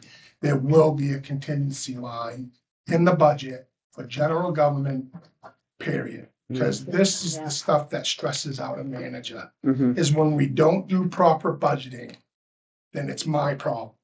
Because you hire me to manage that budget, and I don't have the tools to do it. Understand. Does everyone understand why there's a balance here? I didn't even know about the 2021. I mean, it's not a lot of interest, but that's not the point. The point is I don't have a line to pay the $758. And I can't, and despite some people that are like, well, I'm gonna do it, that are on the budget committee, my first year said, you have more contingency than you think you did because you have line left over in the legal, you have money left over in this line. I can't pay Right. an unemployment line in the legal line, or the electricity line, or the heat line.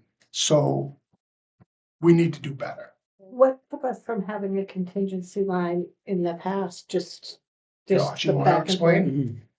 You were there that year when we had one and they wanted to pull it, and we agreed just to keep the peace. yeah.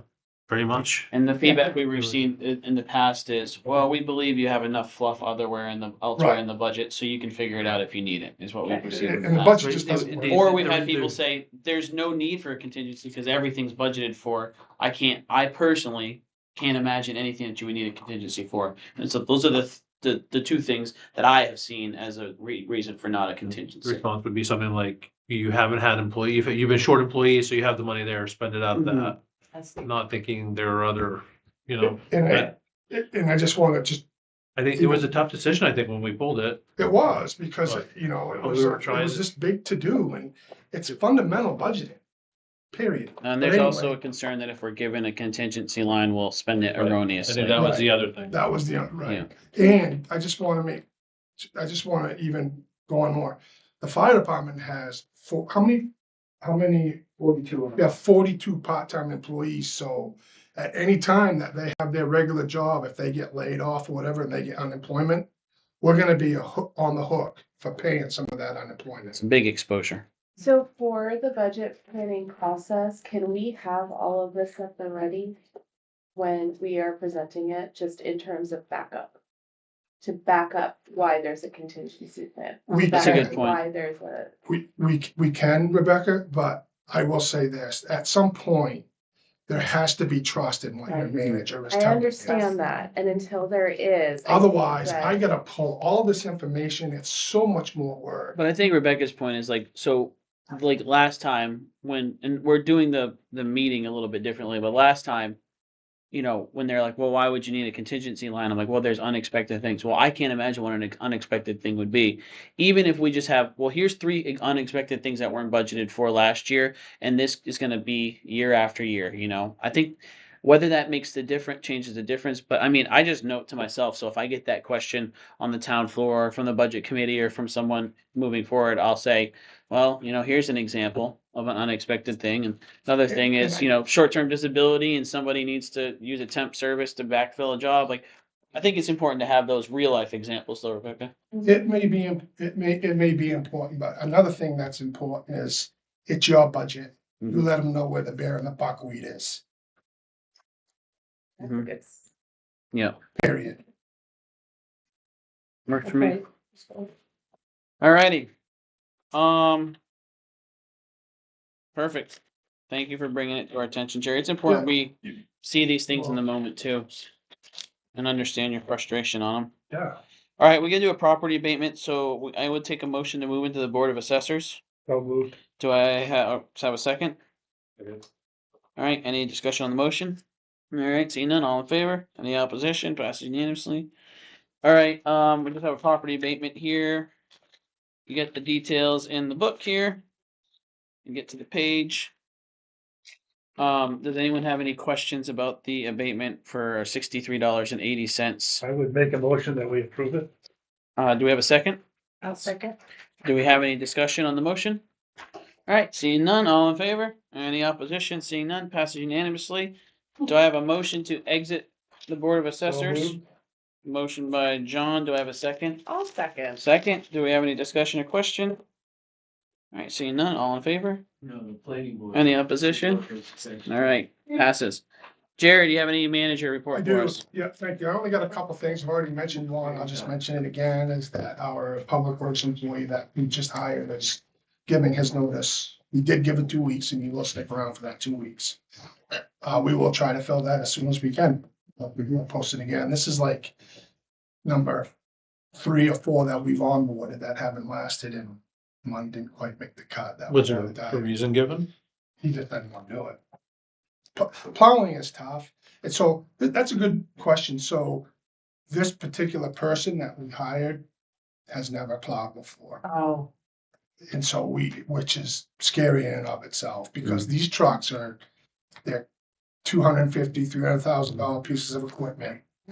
And, you know, if you have never done it, and if you've never sat in one, if you've never been in the passenger seat, there's some dials, there's levers, you got a wing, you got a plow, It's like a you've got, freaking robot in and there. you've got people that put up mailboxes that make it almost impossible not to get hit. So they kind of deal with that. But I think more importantly, what happens is this really stresses out your department head. Mhm. because now he's responsible, right? So this just adds a lot more burden to your department head when this happens. And again, I don't think necessarily that the starting wage is it. I just don't think this particular person liked it. The other issue that we think about is, it would be awesome if we could poach some other employees from other towns. Other towns pay more, so it's hard to poach Mhm. somebody and have them come here for less. So it's those sort of things you gotta consider, or we consider. So we'll do our best to try to fill it. The only other thing I got is we are having our Christmas holiday lunch on the 18th from 11:30 to 2, so you're more than welcome to stop by and What's for lunch? have a snack. I think there's gonna be a spiral ham and a mac and cheese. All right, I'll What else stop we by. Some got? desserts. I'll Some stop by. dessert, so feel free to stop by. What time is it? This is on December 18th. It will be right here in this room, Yeah, what time? 11:30 to 2. So Perfect. that's it. That's all I put up for you. So thank you. Good discussion tonight. I like spirited discussions because Yeah. No, it's I will important. tell you, if you don't have these spirited discussions from time to time, you're not doing it right. So So real quick for me, met with the other town leadership with the school board last week. That was a really good meeting. They have the same budgeting challenges that we have in terms of just cost of doing business is going up. And the read I get from them is that the budget they're preparing is nothing new, just the cost of doing business, and costs that they can't avoid. So they're working right now to figure out if there's any way they can cut any more of the nice to haves and get a budget percentage change that is closer to the only need to haves.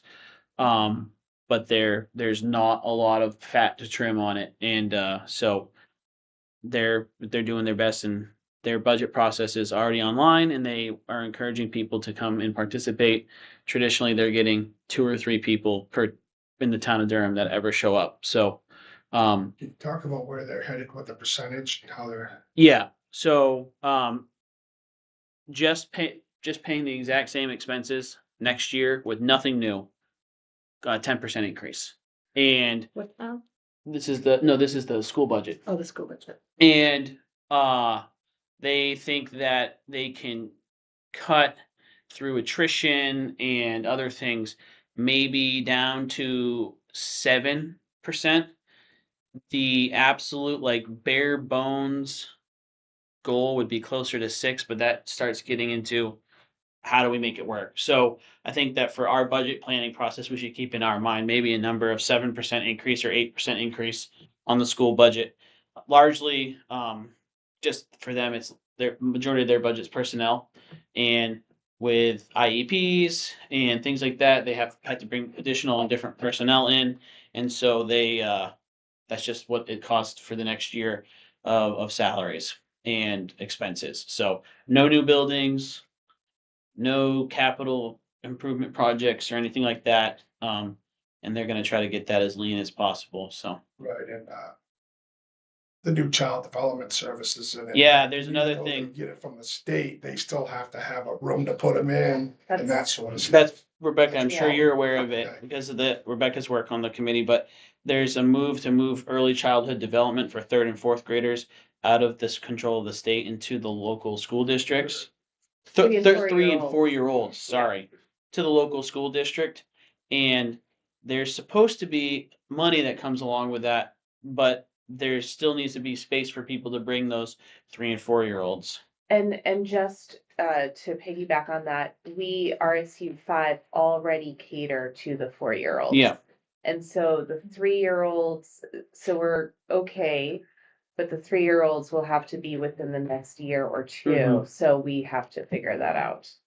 So this is one of those things that I think we'll find like GPCOG and MMA will be paying attention to that legislation as it's going through going through Augusta, and would be appropriate for people to and say, hey, this needs to come with a pay for because it's not going to be able to be absorbed by the local municipalities if they have to pay for it. So just to catch everyone up, essentially for certain developmental disorders or learning disabilities, public funded education can begin at 3 and 4 years old, with the hope that early intervention will save special education costs through the lifetime of that student in the school system. And so it probably is a return on investment that's positive, but it's still just shifting where that cost is going to be carried. So that's on the horizon. But just hoping to have more and more people participate in their budget process. By the time we get on the budget floor, everyone's upset about the number when we are really dealing with numbers that were kind of voted on and inherited elsewhere. But what I will say is, looking at our new schedule and the school budget schedule, the school board will have finalized their budget numbers prior to us finishing our budget process. So we should have a final number from the school board to incorporate into our budget. Now that number won't have been approved by the time we're budgeting, but the school board will have voted on it, so we'll have should have an exact figure, which is a big win for us this year. So, the other thing I was going to mention is tomorrow is the new elected officials thing with GP Cog. I don't know if any of you had signed up to attend that. I will not be in attendance because I have a conflict. Did you all get that invitation back then? Yep. going, yeah. Yep. Not here. No worries. Just wanted to make sure people were aware it's occurring. So, and just to piggyback off of what Jerry says, I think that tonight was a really great example of spirited but respectful debate where we were able to hear a lot of really good perspectives and have important conversations and ask important questions. And I really like that we're moving that direction. So, all right, that's all I got. Josh, you got anything? Nope. Deb? Yeah, I have a few things. First, I just wanted to mention that, on Facebook, I see a lot of different towns and things that they're dealing with, like they're hiring a communications director or their town manager just resigned and they got to go through a lot of things. And as I see these things, I internally say to myself how proud I feel to be part of the Durham government and the fact that I think we work hard to stay small and manageable. And, that presents its own set of challenges, but I'm just really proud of the work that we're doing. I think it was last meeting I mentioned that Jerry had requested the Solid Waste Committee to provide some insight with the Casella automated process that's coming up. So the Casella representative attended the meeting last night and went through a bunch of questions and answers, got a lot of good feedback. And it resulted in a nice email to you, Jerry, on what the Solid Waste Committee is proposing as their, based on that meeting with Casella, what they're suggesting that we bring to the select board. So at some point, we'll need to get, however that will work, you'll absorb that mail and figure out what you want to do there. I can explain, but I don't know if you can explain it now. No, we don't need to explain. I just wanted the committee to know that a good meeting was held with the Casella rep. I wasn't there because I was out on vacation, but the write-up from Catherine was very good and I called her. We talked today before the meeting, so. Then just another note on the issue that we have a number of residents dealing with some real complicated issues with their banks as a result of the escrow business. I know we talked about that earlier. I don't know if there's anything we can do, but there are some people who, I think it's probably people who deal with national lenders versus some small town lenders that are seeing, increases in their mortgage and, the banks requesting, and I got this from a resident who sent me a note. But it's nothing new from what we've seen in the email exchanges. But right now, we're really not doing, I don't know if we can do anything to help them. I think the only one of the things that someone thought they might need is an estimated tax bill, which I know Donna said she cannot provide. But, I don't know if we anticipated that some people would have such challenges with their mortgage escrow issues with the way we just modified the tax structure, so. We had talked, when Donna was here, we had talked a little bit about possibly having a tutorial with residents, maybe hosting it at the Eureka Center. So maybe there's something there to, like a Q&A, not necessarily with Donna, but rather with someone else we'd most likely have to pay. But I don't know if that's something that kind of could be. Yeah, I'm just down the line. confused because I know that there's a handful of people who are calling, who have made complaints. But the vast majority of the lending companies Right. have figured it out. And I think there's a couple of instances of people not realizing that their mortgage payment had gone up because of insurance and other Premium. things. Oh, over- so not necessarily town related. Oh. Yeah, so what Okay. what the complaints are is some people are saying my insurance, my mortgage company is now charging me more in escrow because they're Oh, expecting okay. my taxes to be more, which I don't understand because the tax bill was a half year and it was actually less. And so No. I would have expected people to say, oh, they're decreased it and they're not right. So I think that there are some people who are I think there might be some legitimate issues, but I also think there's some people who have other issues and it just coincides with this. So I don't know what the answer is there. Because other people have come into the town office to ask about that, right, Jerry? Yeah, we've helped them out and it's just, they're having an issue with their mortgage Right, company right. not using the higher mill rate and not the year mill rate. Right. And so we help them explain that. But it's I don't, it seems I like don't it's know an much issue more we between can them do. Okay, and well, their no, that's mortgage. good. Yeah. Well, maybe this resident hasn't come in and maybe they Yeah. should come in Yeah. and talk with you guys So face to if face, they right? talk to me, I have Yeah. a letter that I'm sending to Okay. mortgage Yeah. companies And yeah. explaining Okay, the Okay. great, difference of thank the you. mill rate and the difference of the year. What's Yeah. happening is I've been told from them that their system just can't accommodate this. So, Then they're really stuck. There's Some- nothing the town yeah. can do. so anyone that contacts me, I am sending them a letter. Okay, Or I'm having them have their mortgage company call me. Yeah, and I've Okay, advised okay. people to go to the town office or call as all well. right, So thank you for that. So I'll share that as well. maybe we could do though in the news blast that says like if you're having an issue with your mortgage lender, the town has a letter prepared that they can send if someone I can has. send it to you guys too. if you- Yeah, but I'm just maybe some sort of communication outward saying, hey, if you're having an issue, please ask us. And I know that they've Yeah, received plenty of that other actually stuff might that be good. I know that they've received plenty of other things that say if you have issues, please help us. But you I mean, they could just call and you can lead a send horse to them water letter. and you can't make them drink. I Right, get that, Right, but right. What would be nice if there was people on that Facebook page that could say, well, have you gone to the town office first, instead of putting it on Facebook? I actually dove into haven't the even comments looked a at little I bit. haven't looked through the comments. I dove some into days, the comments a little bit, made the suggestion, breaking my rules. Anyway. but- Okay, well, thank you for that. Okay, Yeah, I'm done. absolutely. Thank you. Thank you for bringing it up then. Yeah. Rebecca, you got anything? I was going to talk about the early childhood education Cool. committee, but Mm. you got it, so no. Sorry, I didn't mean to steal your All time. good. You probably could have said much more eloquently than I did. That's So fine. Next meeting is the 18th, so I can report whatever I have for Mhm. our following select board meeting. perfect. I'm good. Yeah, all good. The only thing I did want to quickly say is that our next meeting is December 23rd. That's not an issue for my personal schedule. Is that an issue for others? I was gonna say, I wanted to put on that agenda more discussion around the, I meant to say this in our report, more discussion around the budget process, because Josh and I had a really good meeting with the chair and vice chair of the budget committee. I was thinking because it is close to the holiday, and I'm sure staff have, besides Jerry, have other things that they want to do. We could maybe just do a consent agenda and move into just a workshop to discuss the budget a little bit. And so Jessica doesn't have to stick around on December 23rd. Does that work for folks? People to cover for. Yeah, we can't. We'll have Chief here still.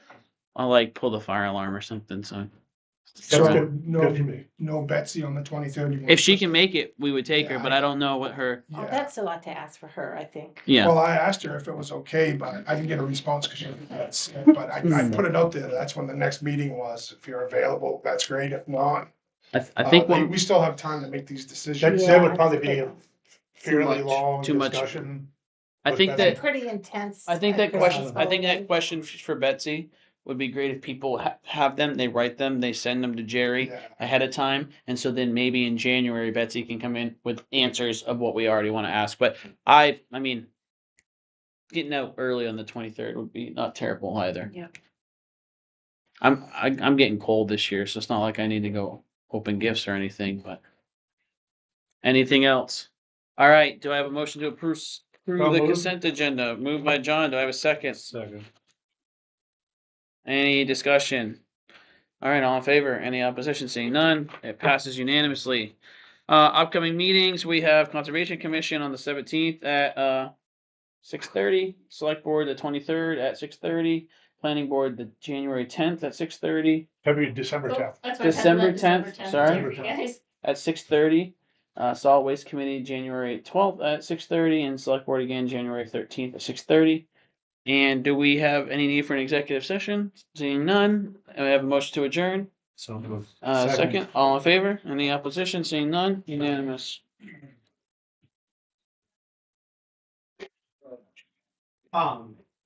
You can leave the room just like this because of the planning board. Not good. Dislocated hip. Oh, that's the call. Are we done?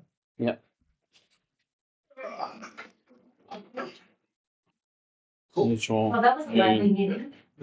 Ooh, Hey, that's a doozy. Right, we just